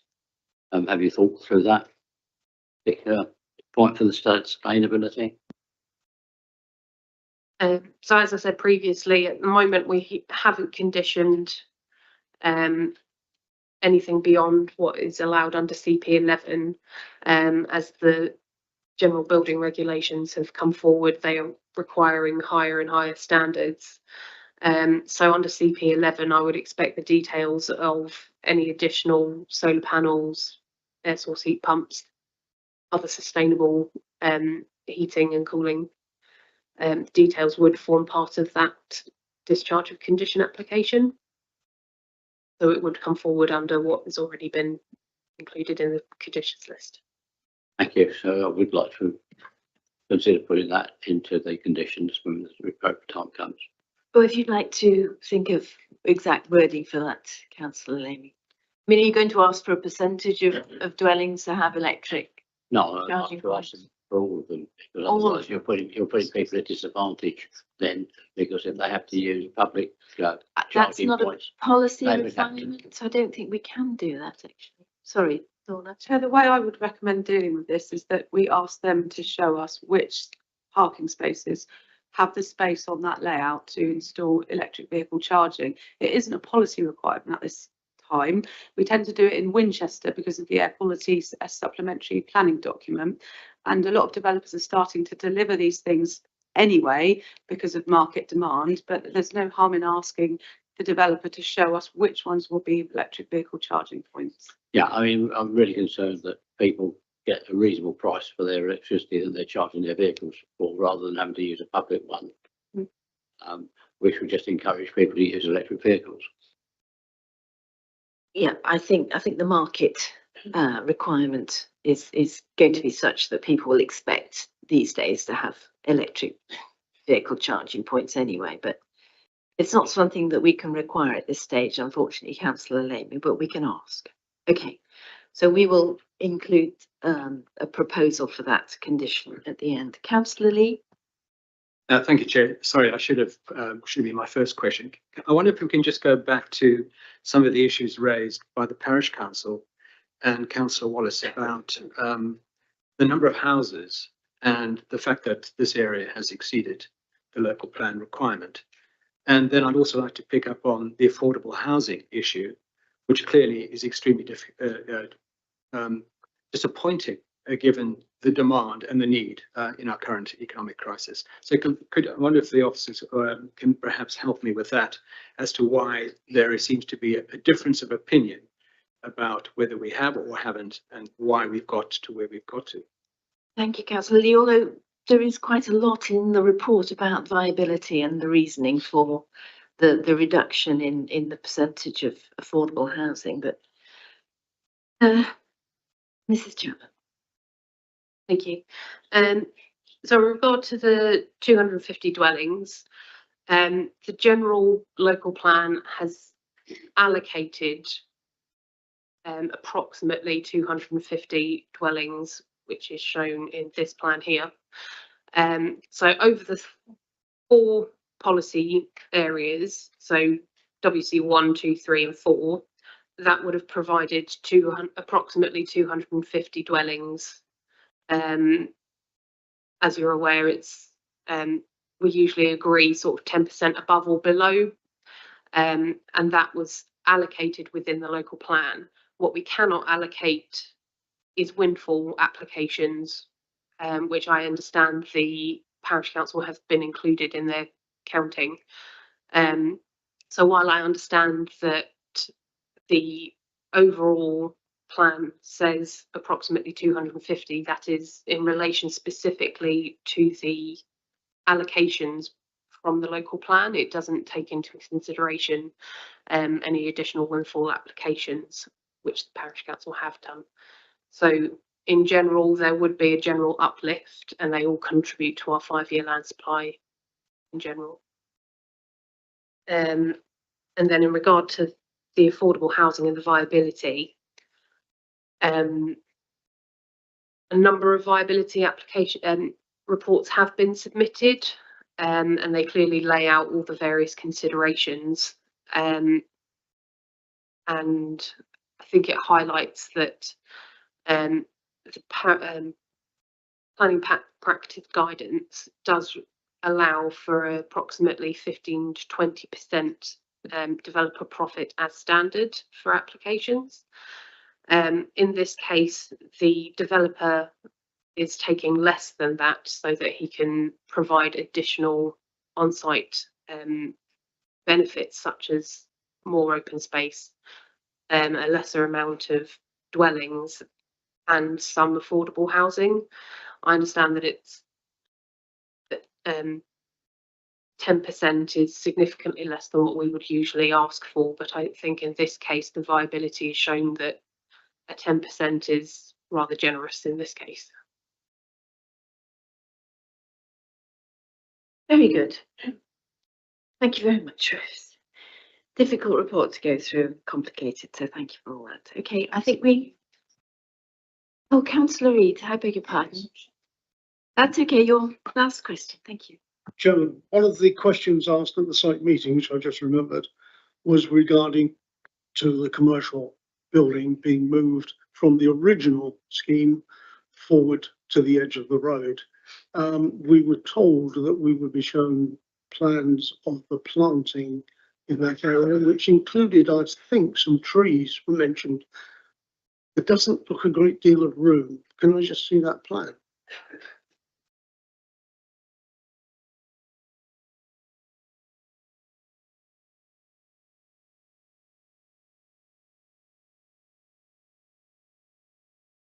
Thank you. So this plan probably shows it the best. It's this middle street plan here.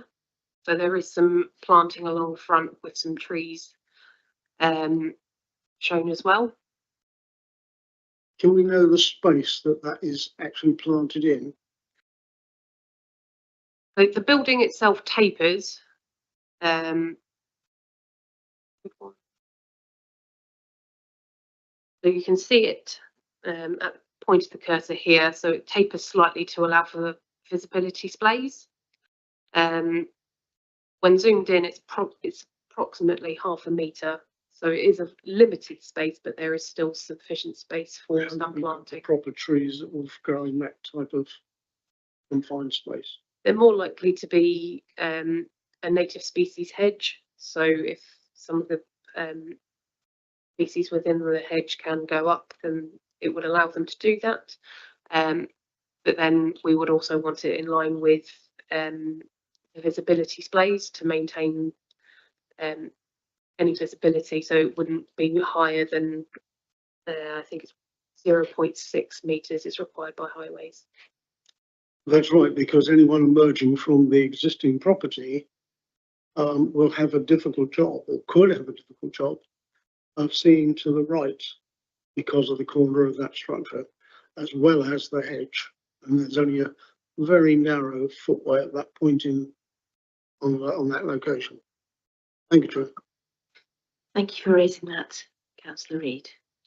I think we've now moved to starting debate. So members, debate.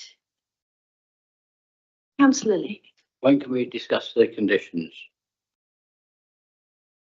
So Councillor Lee wanted an extra condition about electric charging points. So I've made a note of that, and when we get to the resolution at the end, we can look at that to be included in the vote. So that is there. It would just simply say the plan to be submitted to and approved by the local planning authority, showing parking spaces that will be serviced by electric vehicle charging points. Members, do we wish to agree to include that new condition? Agreed? Is that agreed? Yeah. Agreed. Thank you. At the same time, look at a fixed crossing point close to where the new footpath for the children is going to be on the highways. Chair, I think the thing to say on that is, in the heads of terms, there's an awful lot of things that we've got to liaise with the county council about. Obviously, Rose has already done that, and they have got some limitations on some of the suggestions in terms of installing improvements, that there's a big cost involved and it has to be fully justified. But there's certainly more opportunities looking at Section 278 agreements, which is where they're going to have to agree the link of the footpath, the new footpath, and how it links onto the road and the footway there, and how that's safe. So there will be further conversations that we can have, at least trying to, I suppose, influence them with those areas. But we do have to look carefully at their standards and the costs of those things. That means we can look at it as a condition.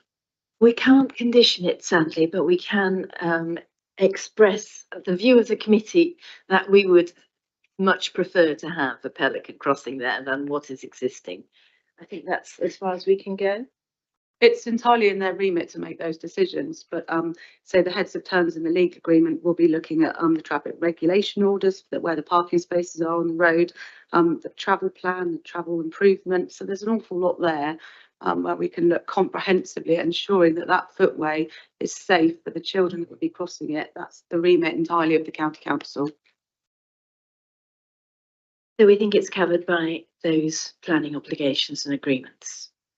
But that the view of the committee is that ideally it should be a Pelican crossing, so perhaps we can express that to the county council in an ideal world. Thank you. So, debate.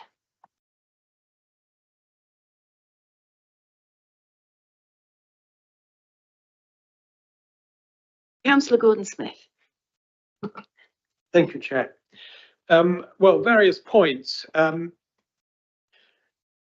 I think, as Councillor Wallace said, there is an agreement that the site does need to be redeveloped.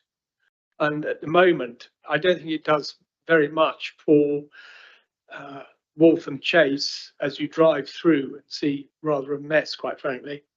And I think that feeling is reinforced when you wander around on the site. We get a lot of calls and letters in the newspaper about developing brownfield sites, first of all. And we have one here. It's in a dire state. There's diesel tanks, oil tanks, and petrol and what have you underneath. And obviously, these add a huge cost to the development, which is why developers tend to go for greenfield sites. But I think at the same time, you cannot get the same amount of demand as much as one might from a developer on the greenfield site if they're on a brownfield site, i.e. affordable homes and the rest of it. There's, I think, the issue with viability. It's always quite a difficult one because you tend to feel that perhaps a certain amount of wool is being pulled over the eyes. However, there was a report from a QS saying that they'd gone through the costs of the sorting out the pollution, and he reckoned they were valid and so on and so on. So I think we have to take that as a given and accept that you're not going to get the same level of affordable homes. I think the architecture on the site is not particularly inspiring, but it's not hugely worse than lots of other sites, I'm afraid to say. I think one has to be very careful not to judge the quality of sites on the density, because actually having low density doesn't necessarily make for a very good site. There are lots of things that work against it, you know, walking to school, access and so on. And some of the most expensive properties in the county are very densely built up. I'm concerned about the later phases and the earlier phases not being built to the same standards.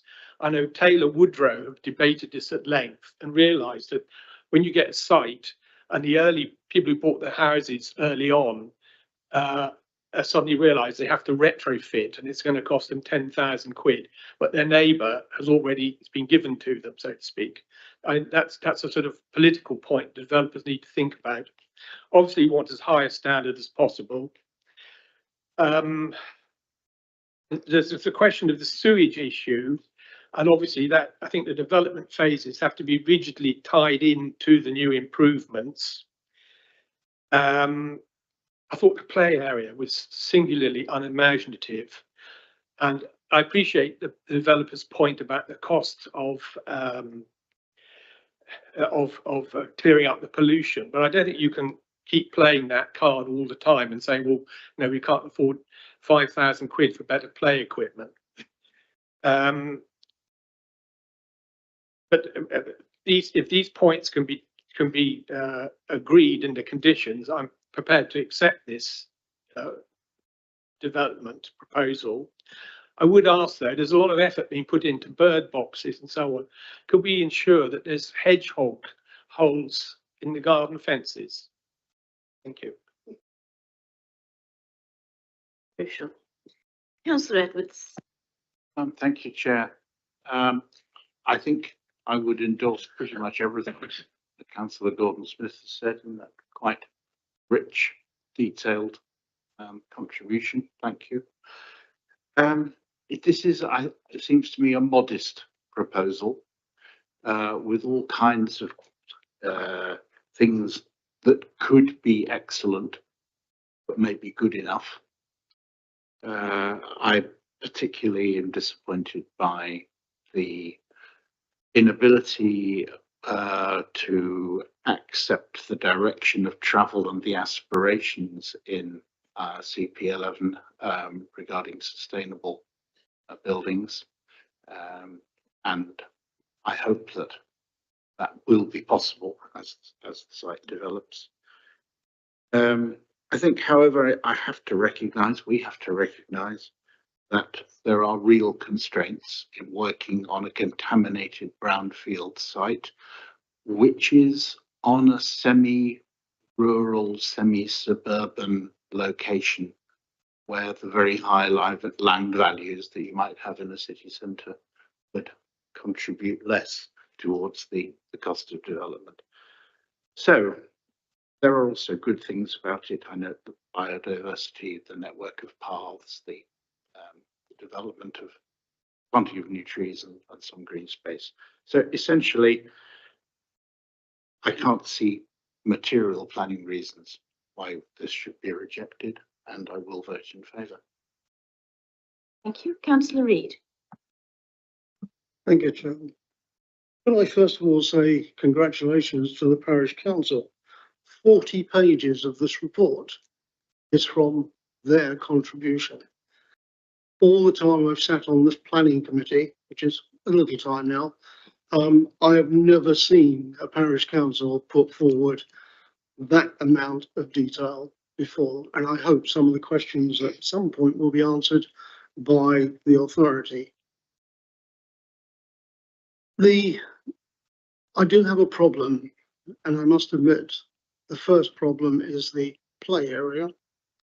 I think it's rather imaginative that you've 2 bits of wood and 3 or 4 stones will keep people happy. What people seem to have forgotten is there are 2 swells, one either side. I think the children are going to have a whale of a time in the swells. To me, that is a little dangerous because that particular play area is designed for the very young. Now, the very young are very inquisitive and they will want to know what a swale is when they get in there and get wet. We all know what's going to say. It's also a little bit isolated, being right at the northern end of the proposed developments. If it was going to be a toddler play area, then one would expect it more in the centre of the proposed construction. I'm also a little concerned with the affordable housing issue. I do understand that the cost of cleaning the site up are going to be astronomical. Walking around there yesterday, it was, I wouldn't like to have driven my car into that rear yard, to be quite honest. Those people who did, I hope they're all right. It is a problem, but I don't think it should come totally at the expense of affordable housing, which we as a district, and in particular, this community itself, have already shown there is an urgent need for this type of affordable housing. The other thing that worries me is that Shedfield, in the past, and possibly in the present, may not be party to the 106 agreement, which is frightening. I'm still trying to understand how commuted sums can go from one parish council to another, of which the actual land is within a particular different parish. I just don't understand that one at all. We've heard from the parish council also that they are currently overdeveloped. I know the tune of that because my particular patch is overdeveloped by 93 houses, of which Winchester are not addressing to the way the parish council would like to, and we are doing our own neighbourhood plan, which might be overseen by Winchester and altered, much against the parish's wish. I do find that there are problems with this site which I'm having difficulty with. The reason I mentioned the crossing is because the very nature of this proposed site is right to the south end of the community. 2/3 of the community, approx, live on the opposite side of the road. So any children coming from that area have to cross that main road. At the moment, they may well be taken in there by their parents in a car because there's a lovely car park you can park in. That option of route to school is possibly going to disappear. Chairman, I'm finding this difficult. I will listen to other members, but at the moment I'm in a position where I'm quite wondering whether the officer's recommendation is the correct recommendation for this particular site. Councillor Ashwell. Thank you, Chair. Just listening to Councillor Reid, I too have concerns regarding it being on such a busy road, this development. I know the area well. There's lots of HGV lorries go down that site. So I'm concerned about the noise and vibration that will have on the new housing, and also the crossing to the school. Before I was a councillor, I was a crossing patrol person. I'm well aware that possibly there isn't one on that road, and how children will be crossing the road as it is going to get busier. I do have concerns. Also, the closest local shop is quite a distance from this development. that also concerns me.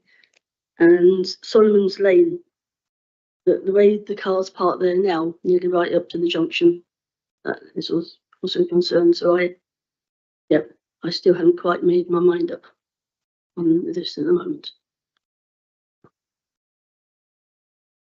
Councillor Lee. Yes, I'd like to echo the previous two councillors' comments. There's no doubt about it. Developing a brownfield site is better than tackling a development on greenfield, clearly. But there's a whole list of things here which just do not feel right, whether it's road safety, travel plan, all jam tomorrow, play area, reduction in employment, which we've touched on, the drainage and surface water problem, as highlighted by Councillor Wallace, is manifestly a problem which, again, is jammed tomorrow. I'm reading the Southern Water Report here. I'm looking at our motion to protect our local rivers and waterways. I'm looking at particular resolutions about we should have information that is clearly and transparently set out. I'm not seeing that. So that is concerning. It's already been mentioned about funds going to other areas. Design, well, yeah, as Councillor Gordon-Smith said, this is a densely packed area. It is difficult, it is challenging. And we've talked about the sustainable credentials. Again, nothing buttoned down there. Green credentials, well, yeah, there's some positive aspects there. And clearly, if we could phase tree removal and more mature trees and so on, that would certainly help. So again, I'm ambivalent at the moment. I've made my mind. Thank you.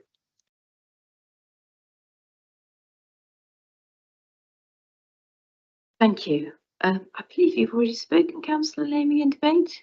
No? Well, you can go next, but after me. My view of this, it's a difficult site to develop. It's a brownfield site, but we all are keen to develop brownfield sites. I think the difficulty of this is clear in the fact that this is, I think, the third iteration that's come forward. Life has changed quite a lot since our original plan was written, which is why we're almost at the process of introducing our new local plan. CP11 has been significantly superseded by new building regulations. So whatever it says in CP11, builders will have to do better than that now, and that is conditioned by building regulations. But also we will be looking, we have asked for details of sustainable heating and solar panels and all those aspects, which will be coming forward, and we will be holding the developer to the highest possible standards on that. We've looked at the viability issue, and I think that we should welcome the fact that despite, and we visited the site, we know how difficult it's going to be to clear away all that acres of concreting and old buildings and everything else that's on the site, not to mention the pollution, the contamination of the site as well. So that is inevitably going to have a significant impact on the viability of any sites. And so we should be grateful there is some, at least, affordable housing included. The road is a straight road. It is a 30 miles an hour speed limit, and I would urge the police and the parish council to do as much as they can to ensure that that speed limit is kept to. But in terms of planning reasons for turning something down, you have to, that is not, you know, that is not a planning reason. The fact that people break the law whilst driving past the site. The flooding has been covered by conditions and will be looked at very carefully. It's next to the school, so another good reason to deal with the seriously contaminated area right next to the school. The footpaths and the permeability of the site are all very good, and I'm very pleased to see all of that. What else have I said? The county council. So again, not a planning issue. Things that we are concerned about are not issues that we as the planning committee have control over. The decision of the county council about the width of the pavement, the quality of the crossings, that is for the county to decide. We can simply involve them in that discussion and pass on their own concerns, but it's not a planning reason for turning it down. The play area, again, what has been suggested is a suggestion. Again, that is conditioned, so our officers can look again at what is proposed for the local area of play, and if we don't think it's adequate, we can require an improvement in those provisions. So that is, again, is not something that you can turn this application down on the basis, because it is covered by our extensive conditions, planning obligations and other agreements that have been covered in the report and extensively this morning by our officer. So I am content that this is a good application, the best we can get in the difficult circumstances. I completely understand the concerns of the parish council, but things have moved on since the original local plan, and that has been reflected in this new planning application, which I will be happy to support. Councillor Lane. Thank you, Chair. I've listened to what my colleagues have said and taken on board a lot of the comments. I think there are some very good points to this application, but I also think there's some things that we really do concern us. One of the points that we can't take into consideration really is the viability, because that comes down to what the developers paid for the land, and that's outside our control. What I am concerned about is the lack of affordable housing. In villages around the district, people have a job to live in the village where they were born, and we should actually have that, take that into account as well. So I'm still struggling with this one on many levels.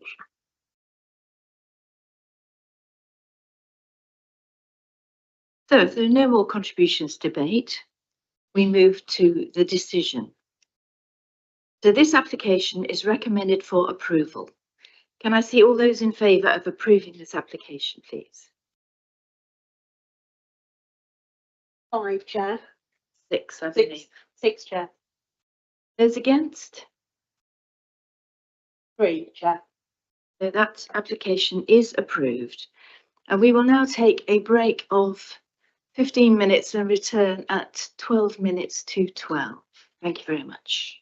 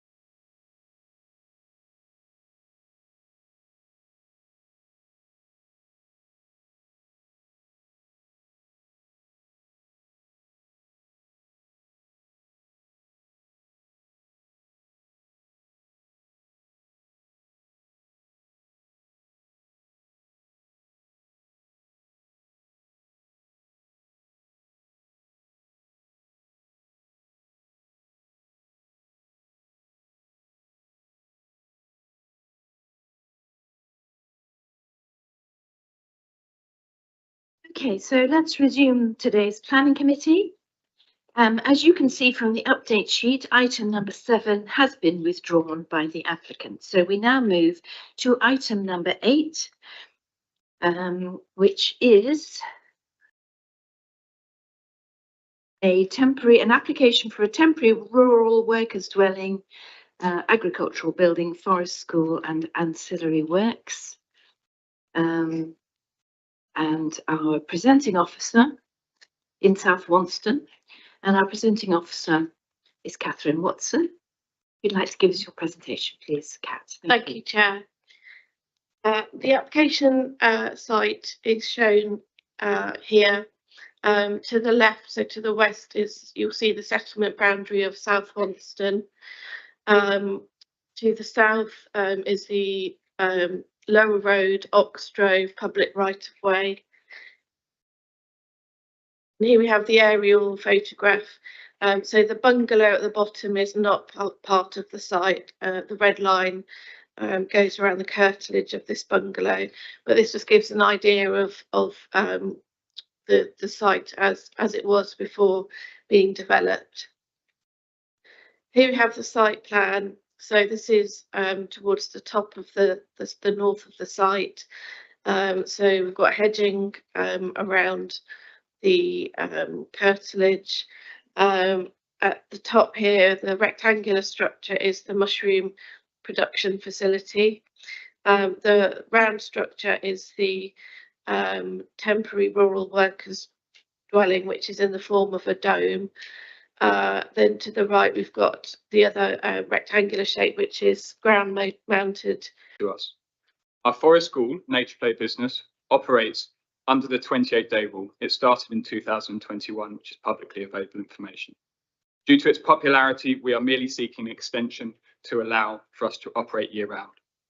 Regarding the mushroom enterprise, we are surprised that despite our offer to cover the cost to the council, officers decided that they did not need their own agricultural consultant. As a result, officers have made a very serious error in deciding that mushroom production is an industrial enterprise.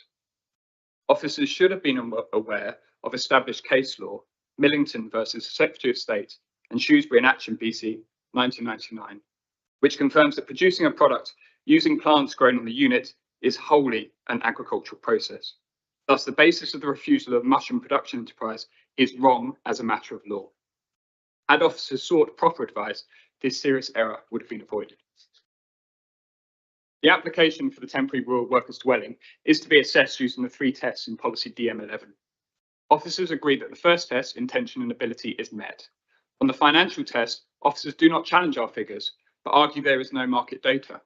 Of course, the reason for this is that it is a new product in an emerging market. The way to test the plan is to grant a 3-year trial period in accordance with government policy. Officers also claim the third test, the functional test, is not met because this is an industrial process, which does not need to be located in the countryside. As mentioned, this is an agricultural enterprise on my own family land. What is so unreasonable about that? Of course, we will deal with nutrient mitigation, ecology, and drainage issues in the usual way. All of these can be dealt with by conditions. Good afternoon, Chairman. Would you like to just switch on your microphone? Thank you. I'm Graham Cole. I'm an organic horticulturalist and ecologist for over 4 decades. Mushroom farming is the second most intensive behind strawberries. Cultivation is a year round, and during the fruiting stage, just a few hours can be the difference between prime and spoiled. We are surprised that the case officer admitted to report to members a letter from a very similar business, which is 4 years ahead of Mindful Mushrooms.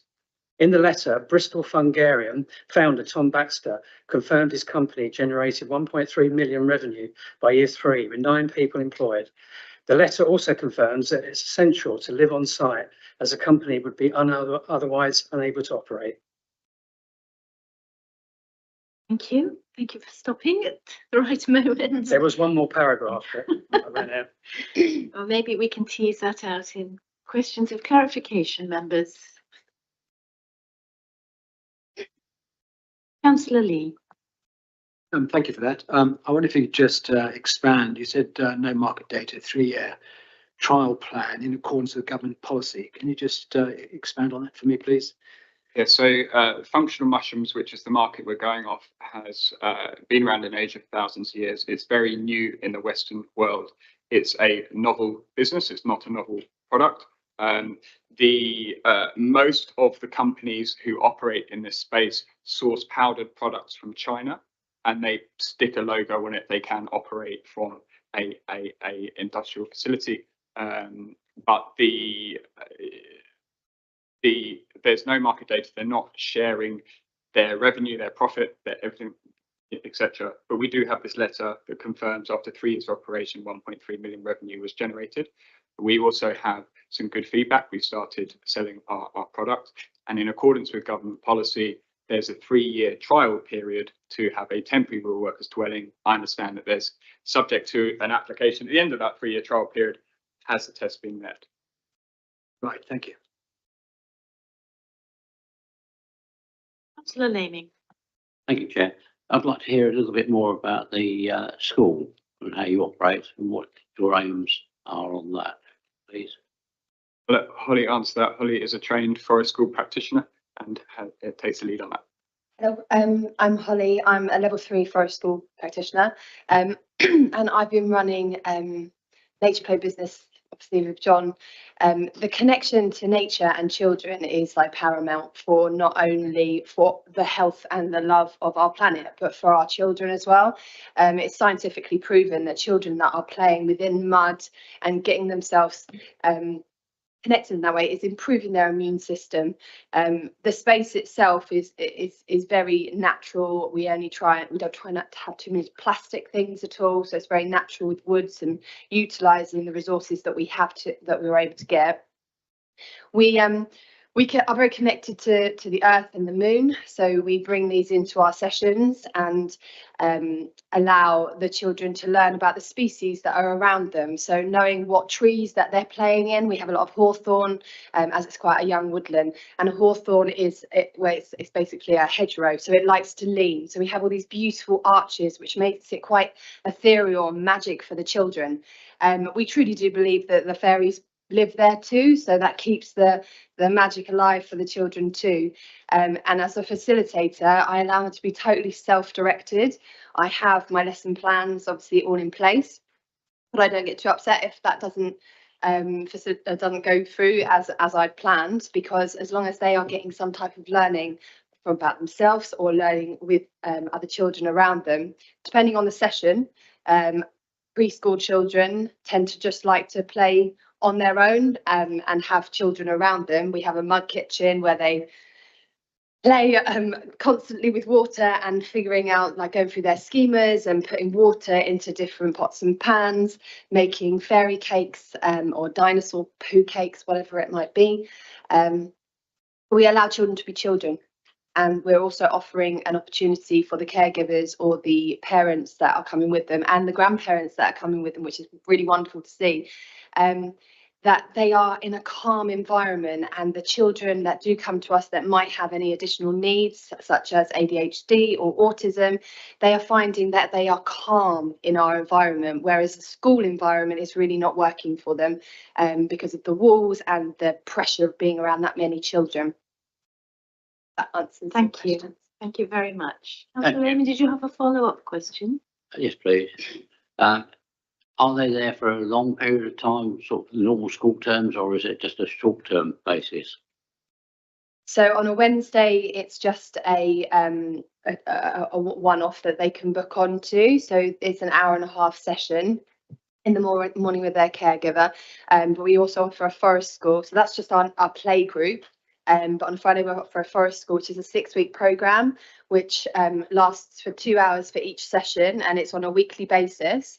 The forest school ethos believes that over a long-term period, allowing the children to be in these natural spaces, it can really improve their mental health and physical ability with their motor skills and stuff like that. And love for nature being the most important part. Thank you. Thank you. Perhaps I could ask, I think the forest school sounds wonderful. I think the mushroom business sounds great, but the key problem here is you've put a new dwelling in the countryside without enough justification. What is your justification for having a new dwelling in the countryside? Thank you for the question. I didn't want to be personal because I know that personal situations are not to account, but in answer to your question with honour and honesty, I lost my job coming out the end of the COVID pandemic. And we also had a house that we owned. It got flooded, it got dry rot, which wasn't covered by insurance. There's no better way to eat for your savings when you're trying to rent somewhere, you own somewhere where your tenants move out, and the bank puts your interest rate up by threefold. So we had to sell the house for a song, and we don't have enough money to buy a new house. We don't have the financial records to get a mortgage or to rent.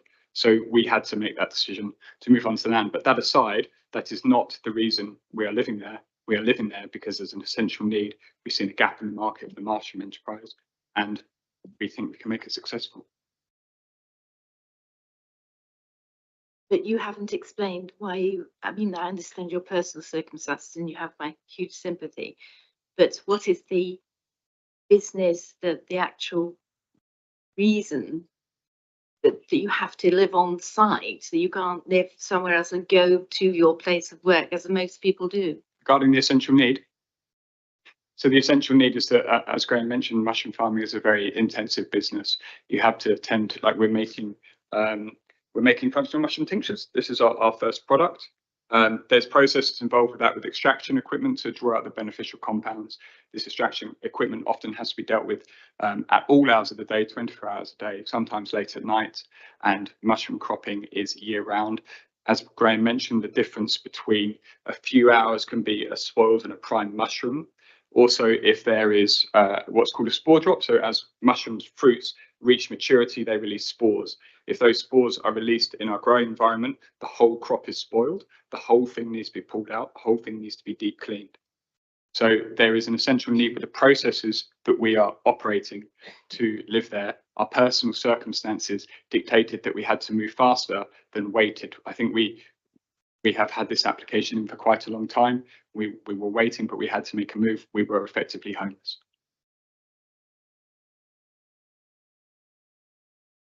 And there's many reasons for the essential need to live on site as laid out in the report, which I'm sure all of you have read in detail. The business plan, yes, we are storing ethanol on site to make our tinctures. That will be stored separately. There are security concerns, for our site. So there are a good number of reasons. I shan't repeat all of them. They're all in the report. Thank you. Any other questions, members, for our Councillor Lee? Can you just clarify for me, services to this site, is that the full suite of services that you're receiving at the moment? Yes, so we installed a borehole. So we don't take, we take a very small amount of water. It's certainly within that, I think 22,000 litres that is permitted for an unlicensed borehole. We have a ground mounted solar array, which is 9 square metres, which is a permitted right. The application is for twice that size. We haven't installed that yet. And we have installed we're working with a packaged biodigester plant, which produces natural gas. That only works in certain temperatures. So we have installed a septic tank. The septic tank has a drainage field. It sits above the water table. So there is zero risk of any nitrogen or phosphate runoff.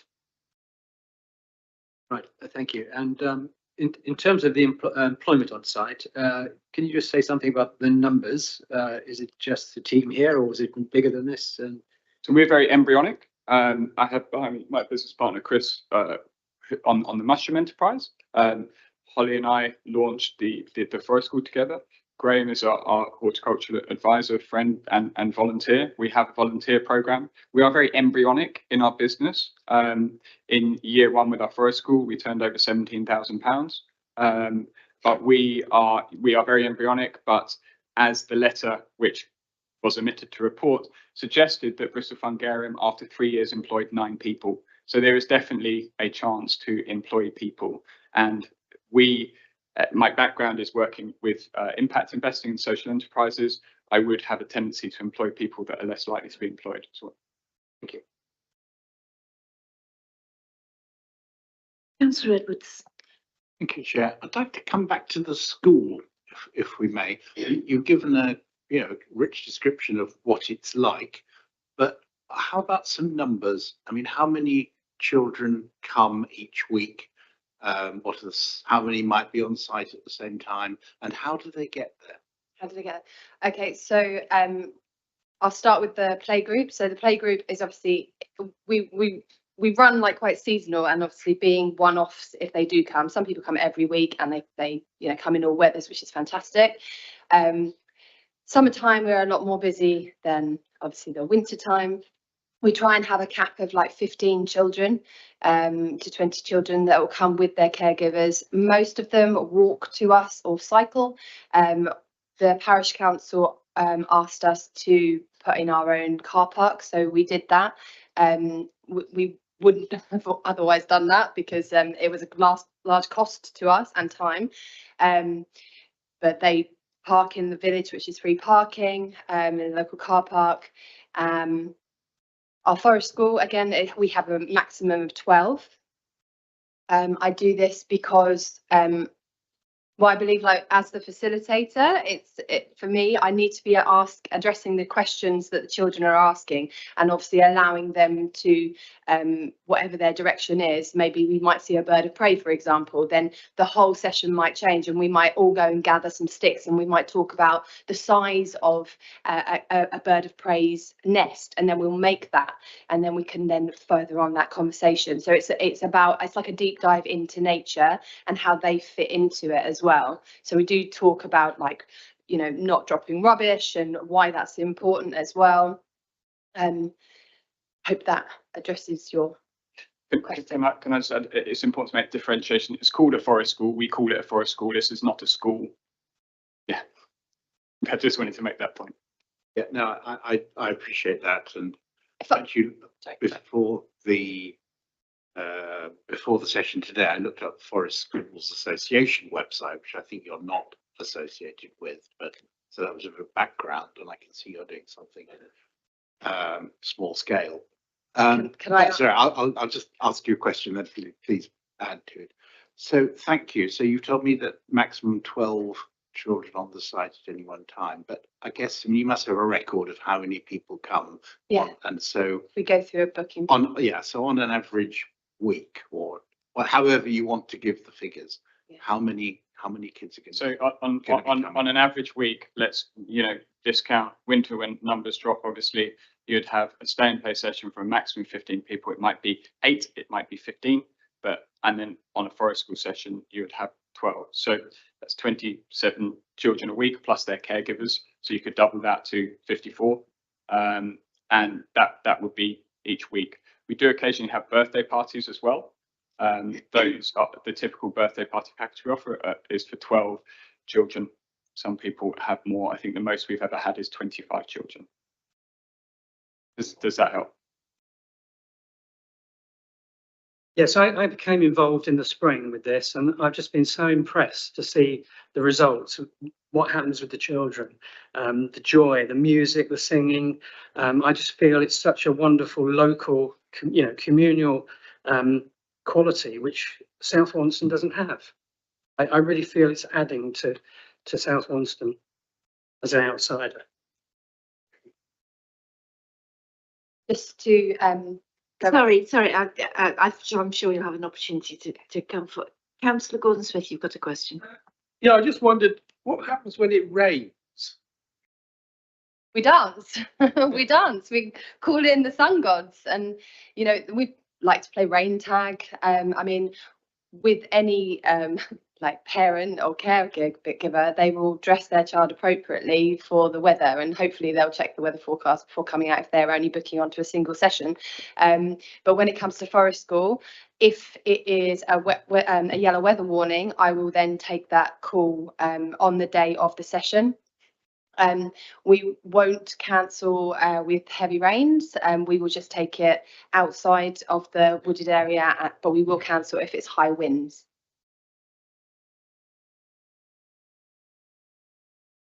Councillor Lee, may I just ask my question and then you can come in? Thank you. I've got a question about one of our reasons for refusal is about nutrients and the deposition of such like. You've got a septic tank I see in the plans. Is that adequate to cope with all those children coming along? And We've actually got a compost toilet for our customers, yeah. The septic tank system that was installed is suitable for a house of 6 people. The toilet that leads to the septic tank is not used by any members of the public who come to our site. they will use the compost. They use a compost toilet. The sessions are anywhere from 1.5 hours to 2 hours. So, you know, most people don't use toilet, but if they do need to, it's there and they use the compost toilet. We also are quite open to wild weeing because that's quite normal. Councillor Lee. Thank you, Chair. You stole my question, actually. But I have another one, if I may. Habitat loss and impact on biodiversity. Clearly, you know, people on site, a lot of activity, and you've got some works going on. So one of the concerns by the planning team is that there's no assessment of that. So would you like to just explain how intrusive you are? Yeah, so this is a site with no tree preservation orders, no site-specific interest. We have cleared an area. It's very small. The area for development has been about 1/2 acre versus a 4.5 acre field. The biggest area of clearing that we have done is for it's not a market garden. I know we called it such. It's a kitchen garden because it's 1/4 acre. It's not of commercial scale, nor will it be. It's merely an extension of our existing services. That was actually what led to us doing that was a grant from Winchester City Council, the Rural Enterprise Prosperity Fund, who gave us a grant and gave us a green light to clear that area. There was a good deal of reporting that went as part of that application. It went across multiple desks. It went to a committee meeting and it went through a legal team.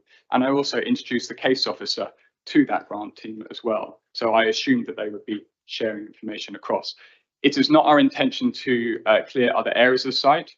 What is special about this site is it's been left to nature for so long. If anyone has an interest in permaculture or forest garden, it is already a forest garden. It has medicinal herbs and crops that can be useful.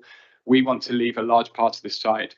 We have already installed a wildflower meadow. We have already installed a pond. We have put log piles and bug hotels all around to increase the biodiversity already. We will do much more. We want to do a large pond as recommended from our ecology report.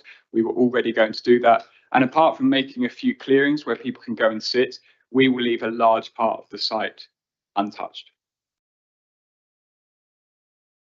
I think that's covered that question. Thank you.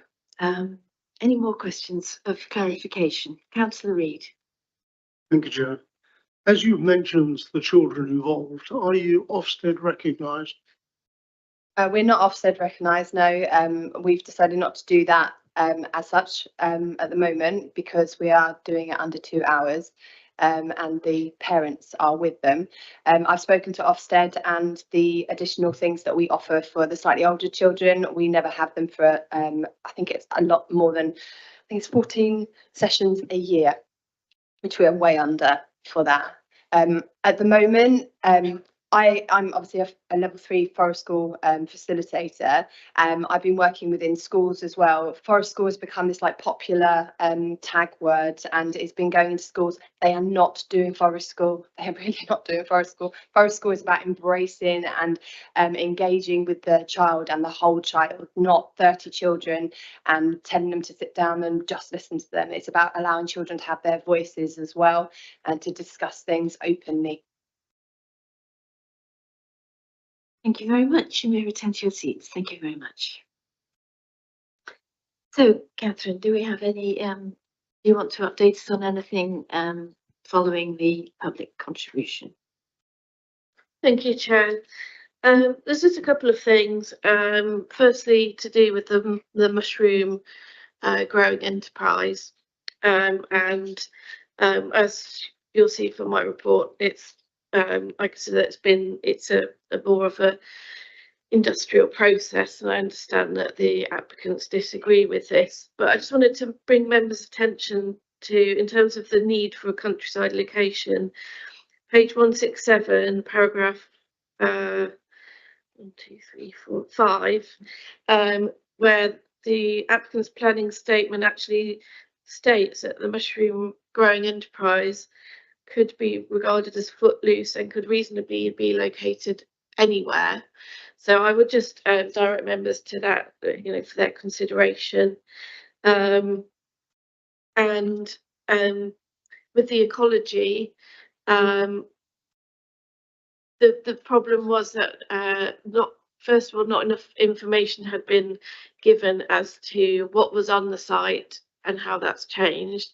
And then the second issue was the fact that the development, so the construction of the house, the connection of the services, the construction of the cesspit, etc., was undertaken, and so the site was fundamentally changed from what it was before. So I think our ecologists wanted more information on what was there before, what it's like now, and what ecological measures, enhancement measures or mitigation measures have already been taken, and what would be taken in the future. Thank you, Chair. Thank you. Members, do we have questions on the report? Councillor Lee. Thank you for that. So would it be your opinion that if some of these issues could be answered, we'd be going a long way to satisfying a move to approving the use of the site in the way that's laid out? Thank you, Chair. No, that's a small part of the application. If there are no other issues, and the ecology issue, reason for refusal was the only one, I'm sure that something could be done to address that by further surveys and mitigation and so on. But there are another 5 reasons for refusal, and so resolving the ecology issue in itself would not lead to a positive recommendation. Thank you. Councillor Laney. The issue was brought up of a 3-year trial period. Have you considered that? Thank you, Chair. You mean the three-year dwelling temporary? Yes, that's what has been applied for. That's what's been built.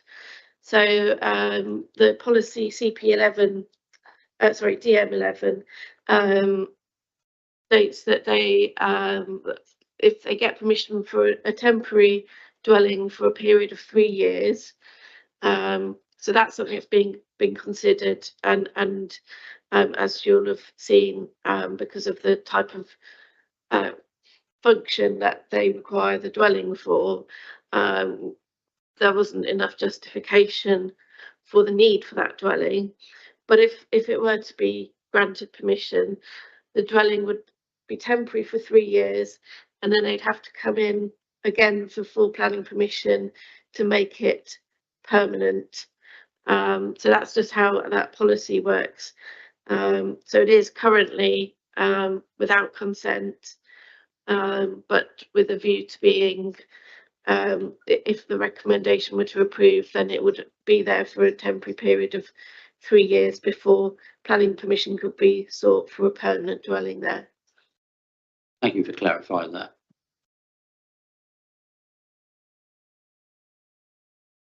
Are there any more questions for our officer? Councillor Lee. Thank you, Chair. I'm just trying to reconcile. I appreciate Wales is a different country and so on, but you do read and see. Yeah, Chair, if I could just summarise, the biggest problem that we've got is not the forestry school. There would definitely be a community justification for something like that, and indeed quite a few of those things don't need planning permission, such as the works that were given a grant for clearing the land. The biggest issue is that somebody wants to live on this land for really small scale proposal. Normally when we grant workers dwellings, it's for really large scale agriculture of hundreds and hundreds of birthing farm animals, that sort of thing. That is the scale that we would normally want to be looking at allowing people living on the countryside. And in this case, we question whether this is even agriculture. We've looked at some of the case law and some of what other planning authorities are doing, and it's really fact and degree whether you consider that this facility is something that needs to be on the land and sort of have an agricultural or horticultural type function. to allow them to live there and every day needing to attend it. And the secondary thing is that there's a car park in the countryside. All these children are being driven out into the countryside, which just isn't sustainable. And so we would expect a better travel plan to be facilitating that, not driving into the countryside. It's something that's we'd obviously want to reduce. So there's two things there. That helps. So now we move to debate, members. Councillor Cunningham. Thank you, Chair. Firstly, I have great sympathy for the applicant's personal circumstances and the forest and school and mushroom production business. However, this development is contrary to a whole raft of the Council's planning policies. In fact, I've counted 10 planning policy contraventions and 2 regulation contraventions relating to the soil and nutrient protection without mitigation. Quite simply, it is an inappropriate and unjustified development in the countryside. This business is in the wrong place for this particular application, and I will be voting with the officer's recommendation to refuse permission. Anybody else? Councillor Gordon-Smith? I rather agree with Councillor Cunningham that the big problem is a dwelling appearing in the countryside. And I was very charmed by what you said. And I've never heard fairies brought up as a topic in a planning meeting before. But I think I have to agree with the officer's recommendation. Councillor Lee? Yes, the disconnect between people and nature is manifest, absolutely. I mean, the State of Nature report recently indicating the constant decline of nature is significant, and connecting people with nature is a must. So I'm fully on board with that, and I think it's laudable what you're doing. Unfortunately, I think there is planning issues here which you are fighting against your aspirations. And so although I'd like to support you, I feel as currently constituted, it's going to be very difficult for me to do that. Thank you.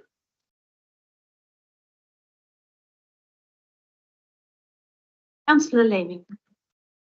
Thank you, Chair. This is quite a difficult one as far as I'm concerned, because if there is case for, which I believe there is, that this is agriculture, and agricultural businesses sometimes need people on site 24 hours a day. So therefore, I listen to what has been said, and I think that's the essence of what we're looking at. I think the whole business is worth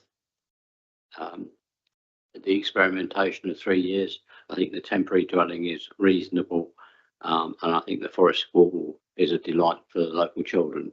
And I think that outweighs a lot of the problems that we have in planning policy, because we are trying to create jobs in the agricultural business. Councillor Ashwell. Thank you, Chair. Probably not aware, but I did actually used to run a mushroom business in India. So I am aware of the pitfalls and what can happen if the spores get damaged and the whole business is gone, which is what happens with our business actually. It was quite successful until then. So I do understand the background. But there again, this is in the countryside, temporary building that goes against our policies. So I'm a bit torn. Thank you. I'm sorry. You've had your opportunity. I'm so sorry. And in fact, my contribution is that my heart breaks because I know how much you put into this. I think the forest school's wonderful. I think, you know, what you're doing on the land, you're doing your very best to survive and create a vegetable area and all the rest of it. There are just some unassailable issues in terms of our local plan, and we cannot go against all of those. I'm really sorry. The mushroom business could be done elsewhere. There is no absolute reason why it has to be on that particular land. I mean, there obviously is from your point of view, but in planning terms, there isn't. and that cannot therefore justify a new dwelling in the countryside. So much though it breaks my heart to have to say this, I'm afraid we will have to support the officers on this application. Is there any more debate? No, so we move to the decision. Item number 8, the recommendation is to refuse this application. Can I see all those in favour of refusal? 8. 8, Chair. Those against refusal? 1. So I'm sorry, that application is refused. And we now turn to the next application. It'll be just a short period whilst we swap over the presenting officers. Thank you.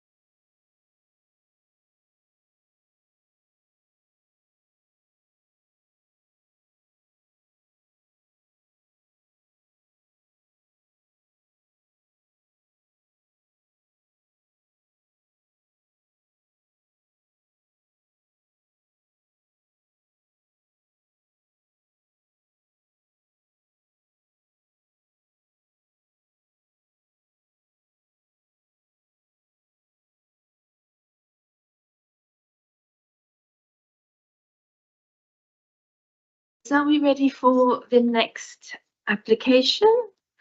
This is agenda item 9. And it is the proposed use of an annex as a holiday accommodation and removal of section 52 agreement from outline planning permission. And our presenting of, and this is in at Sandy Lane, Waltham Chase. And our presenting officer is Liz Young. So if you'd like to give us your presentation, please, Liz. Thank you, Chair. So this application relates to the proposed change of use of an existing domestic outbuilding within the grounds of Spencer Place to a self-contained holiday let. The application's also been accompanied by a deed to remove a section 52 agreement. So that's a legal agreement which prevents the building from being used for anything other than ancillary to the main house. Just moving on to the first slide, this just shows the application site, which is indicated by the red line. So the whole site falls within domestic curtilage of Spencer Place, which itself is a Grade 2 listed building. The extent of the red line basically indicates the extent of the garden area which would be formed to the holiday let and would be enclosed by fencing.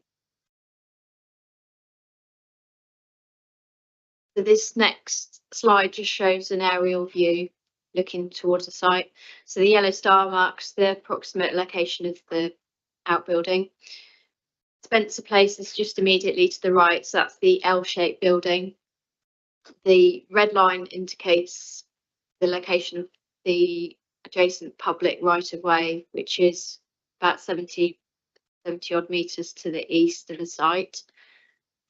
Site is not adjoined by any other residential properties, although one lies immediately to the east of the right-of-way beyond Spencer Place.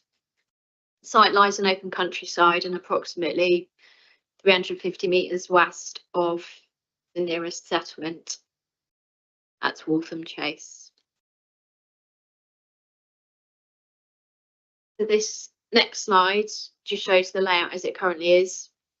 The outbuilding lies immediately adjacent to the main access into the site. At the moment, there is currently a parking area for 2 cars immediately alongside the building. The other building that you can see on this plan, that's this building here, if you can see the cursor, is the main garage to the main house. The main house itself is quite a large property of about 4 to 5 bedrooms with quite a large parking area out to the front. This next slide just shows the proposed layout. The only physical change to the site would be the erection of the proposed fencing. So that's just indicated by the blue line, it'd be a standard post and rail fence. As mentioned, it's already served by 2 parking spaces, so these would remain as they are. No changes are proposed to the exterior of the outbuilding itself.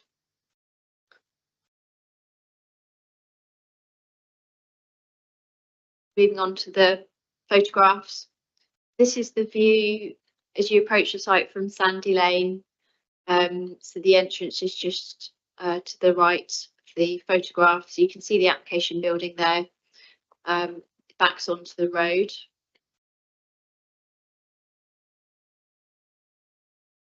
This just shows the view as you approach the drive, again with the application building in view on the left. So the driveway up to Spencer Place. This just shows the existing parking area. So beyond that, you can see the application building, and further in a distance, the existing garaging to the main house. This next slide just shows the view along the drive. So you can see all 3 buildings. You've got the application building on the left, existing garaging, and then on the far right, there's the main house, Spencer Place. This final photo just shows the view looking back from the main parking area of the main house towards the application building. As mentioned, there's no proposed physical changes to the building itself. The greenhouse you can see there is going to remain. So that brings us to the end of the slides. The just in conclusion recommendation is that planning permission should be granted. It's considered that the proposed holiday let use, which would consist of 1 bedroom, is sufficiently low key for planning policy purposes, and conditions would be imposed ensuring it would remain as a holiday let and would not be converted to form a separate dwelling. That concludes my presentation. Thank you. Thank you very much, Liz. Okay, we now move to the public speaking, and we have 2 parish council representatives. Councillor Ogden, you're now here as a representative of the parish council. And is Ian still here? Yes. Lovely. Good. You know the routine. You have 3 minutes between you, and the time will start when you start speaking. Thank you very much.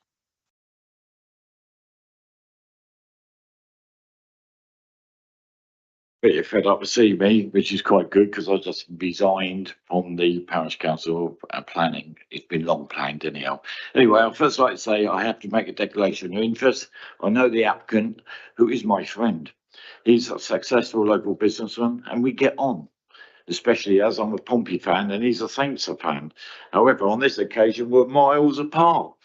It's up to national bodies to protect our local heritage. It's also the duty of local authorities, namely yourself and the parish council, to protect our heritage and the laws and the policy that are currently in force.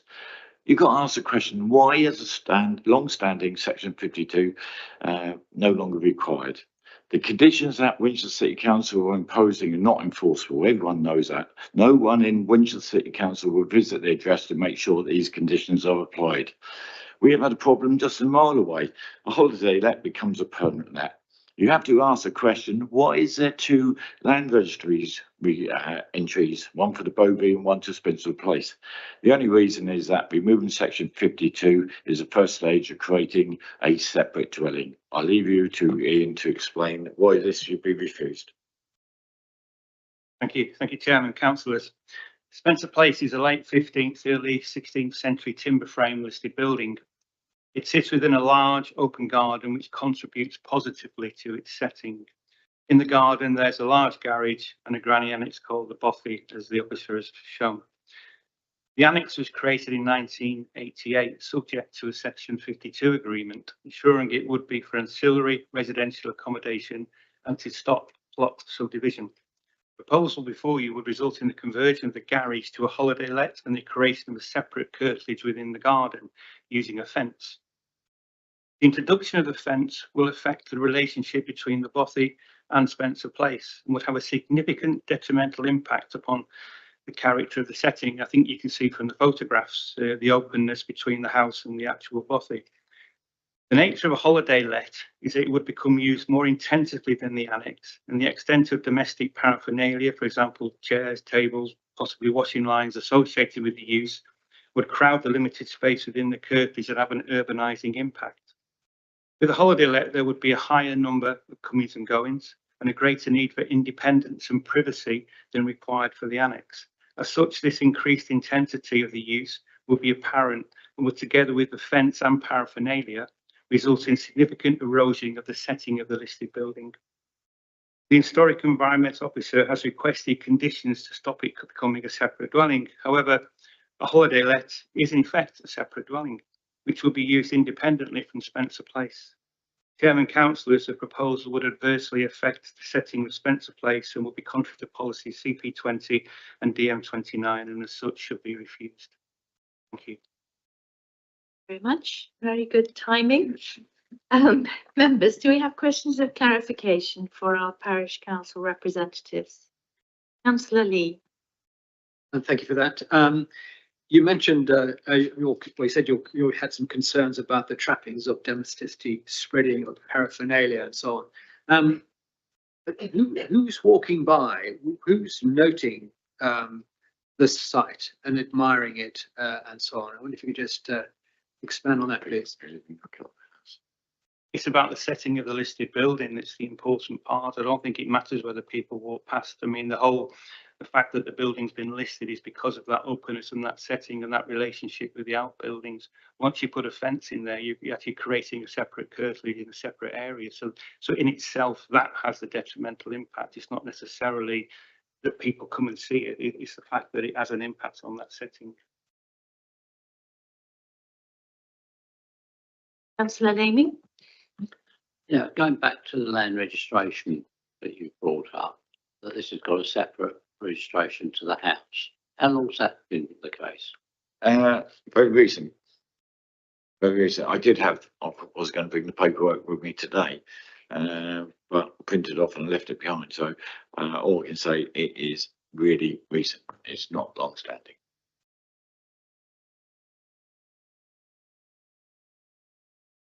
I think that's the end of questions for clarification. If you could just switch off the microphone as you go. Thank you very much indeed. Thank you. Mr. Tutton, you are now speaking on behalf of the applicant. Welcome. You know the routine. You have 3 minutes from when you start speaking. Thank you very much.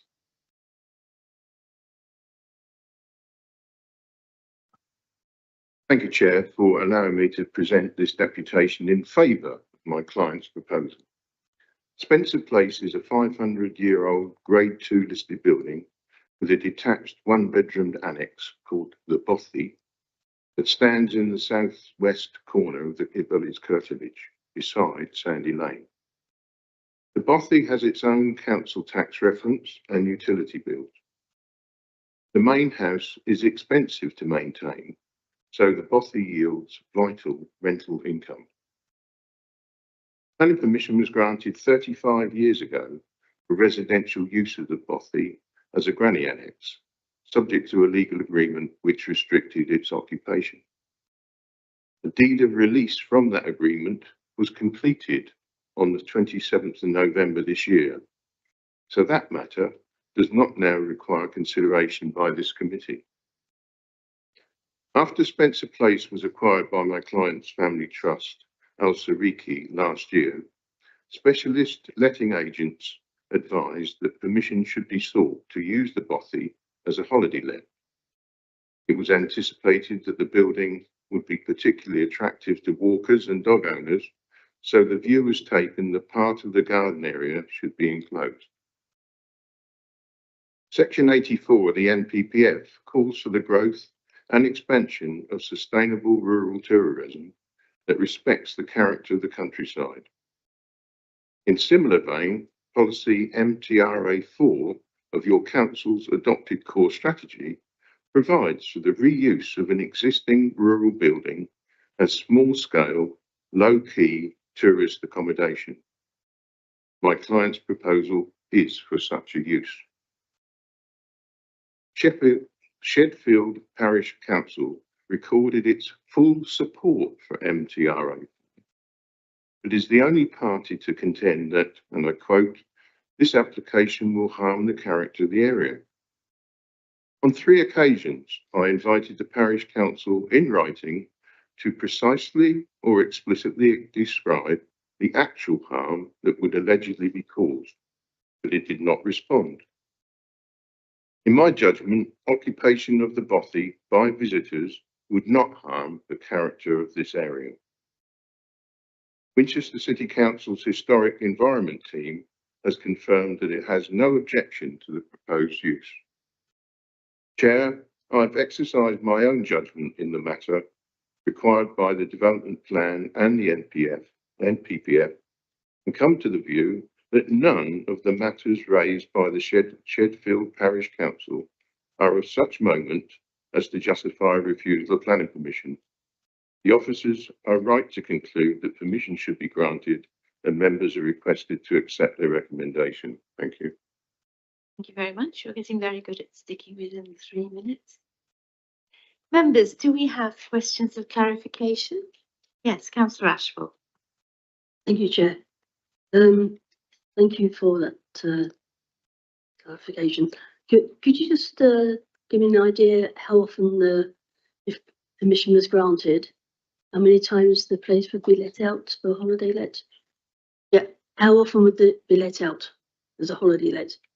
Yeah, every week or 2, 3? How often? Yeah. Well, it would be covered by planning condition in terms of the length of period that people can occupy it and the gaps between. I can't predict in advance how popular it's going to be. Councillor Lee. Thank you for that. I'm looking at the site layout plan proposed, and it's had a blue line around it. That's obviously I guess the curtilage that would be attached to this property. Is that correct? And my question is this going to be hard fencing? And if so, what would that look like? The form of fencing is yet to be agreed. Right. Okay. Thank you.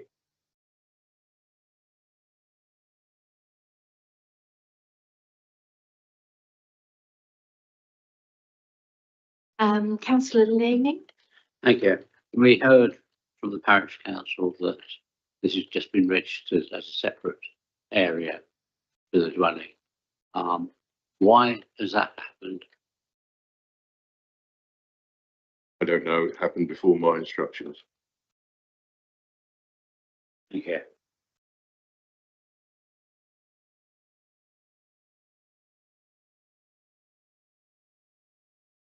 Thank you very much, Mr. Tutton. I think there are no more questions for you. You may return to your seat. Liz, and do you want to update us on anything following the public contributions? No, thank you. Thank you, Chairman. So members, we move to questions on the whole report. I have a question about the fencing and the other things that are on. I can't quite see on that layout plan what else is proposed, but I was rather taken by the parish council's point about the open view from the listed building, and that this included both the garden buildings, the bothy and the garage.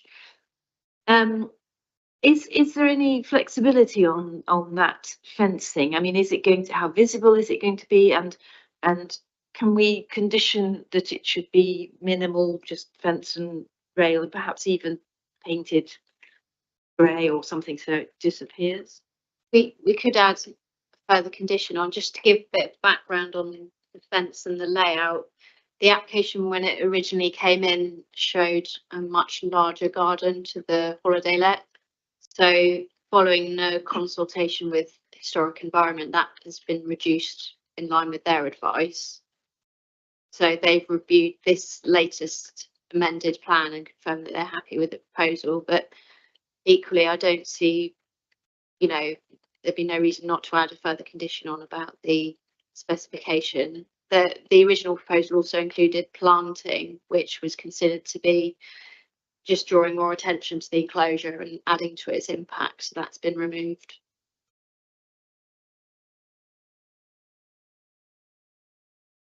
Councillor Lee. Yeah, I just want, Chair, I just endorse what you just said. I think that's absolutely right, that somehow the vista needs to be left as similar to it is as the moment. And if fencing is needed, it needs to be something that is just, you know, demarcating the area without actually being intrusive. To pick up on the comments made about character, that would seem to me very important given the rural setting. Councillor Gordon-Smith. So I'm not sure whether this is a debate or a question, but to me, the fact that you've got an elderly granny living in there or a family on holiday, in terms of the extraneous domestic clutter, it doesn't have any material difference and isn't controlled by us anyway. But the fence, I think, is very critical. And you can imagine if you put up a closed boarded fence, it would look horrendous and make it desperately suburban.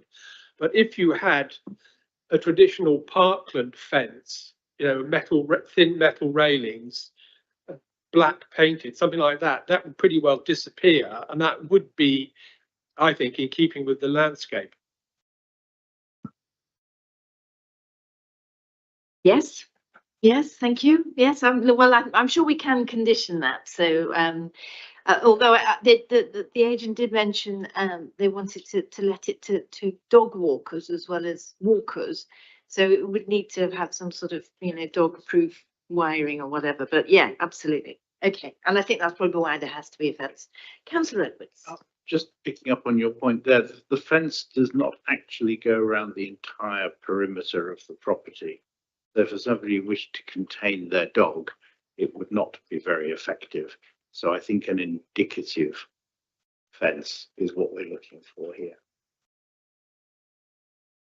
I get the impression that it does actually go all the way around to where there is, you know, thick hedging, and therefore the idea would be to enclose the area. But we can leave that to the condition, can't we? And ask our officers to do something appropriate with that. Good. Okay. Any more questions, Councillor Laney? Yes, I think that I would like to see some sort of condition that if the property was sold as a separate thing, it wasn't sold as anything other than a holiday let, or it remains within the ownership of the main house, because I do listen to what the parish council have said. I think they have a valid point.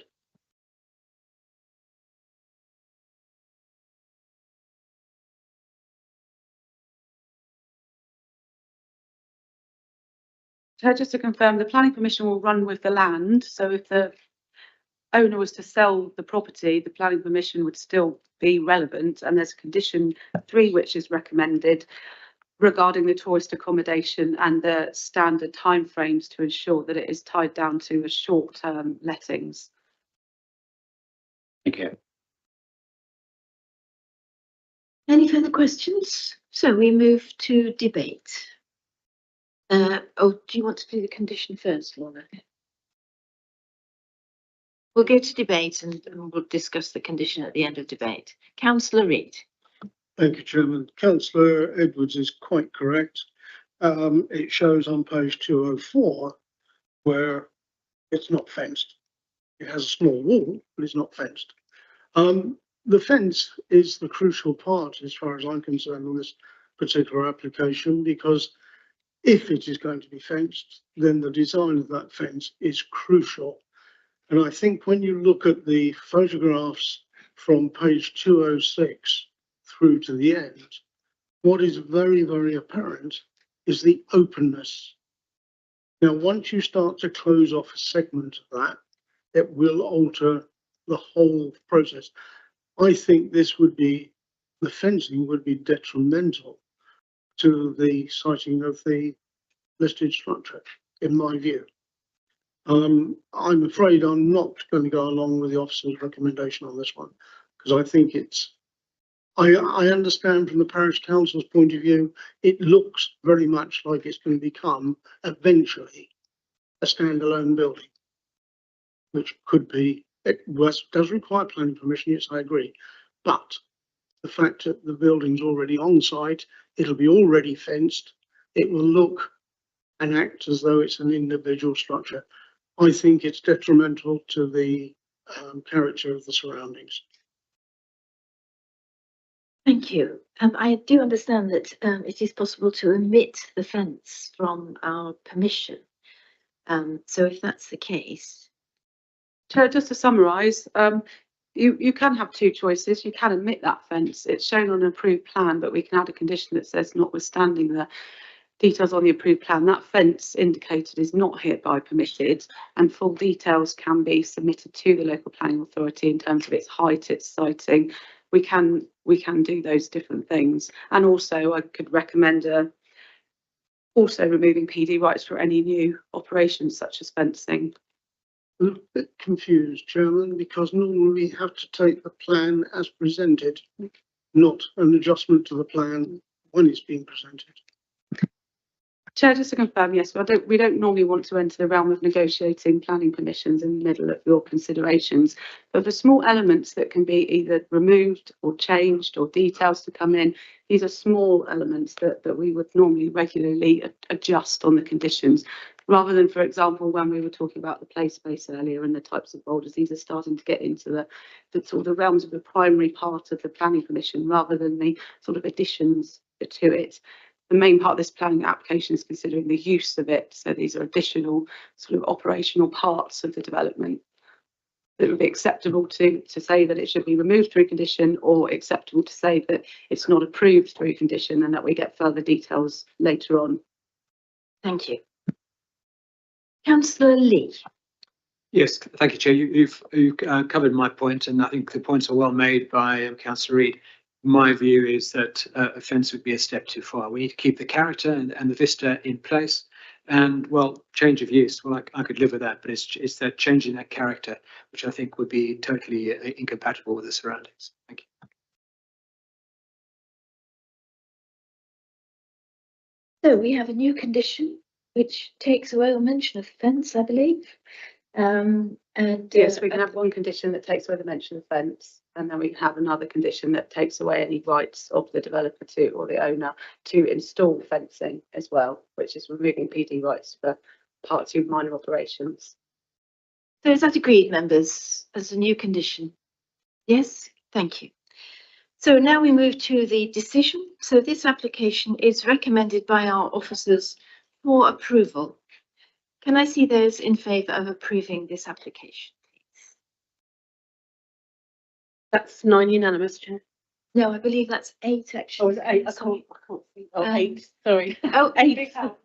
And those against? And abstentions? So we have 1 abstention. 1 abstention. Thank you very much, members. So we finished just before 1. So we're now going to break for lunch, and we will come back and start the next session at 2 p.m. Thank you very much.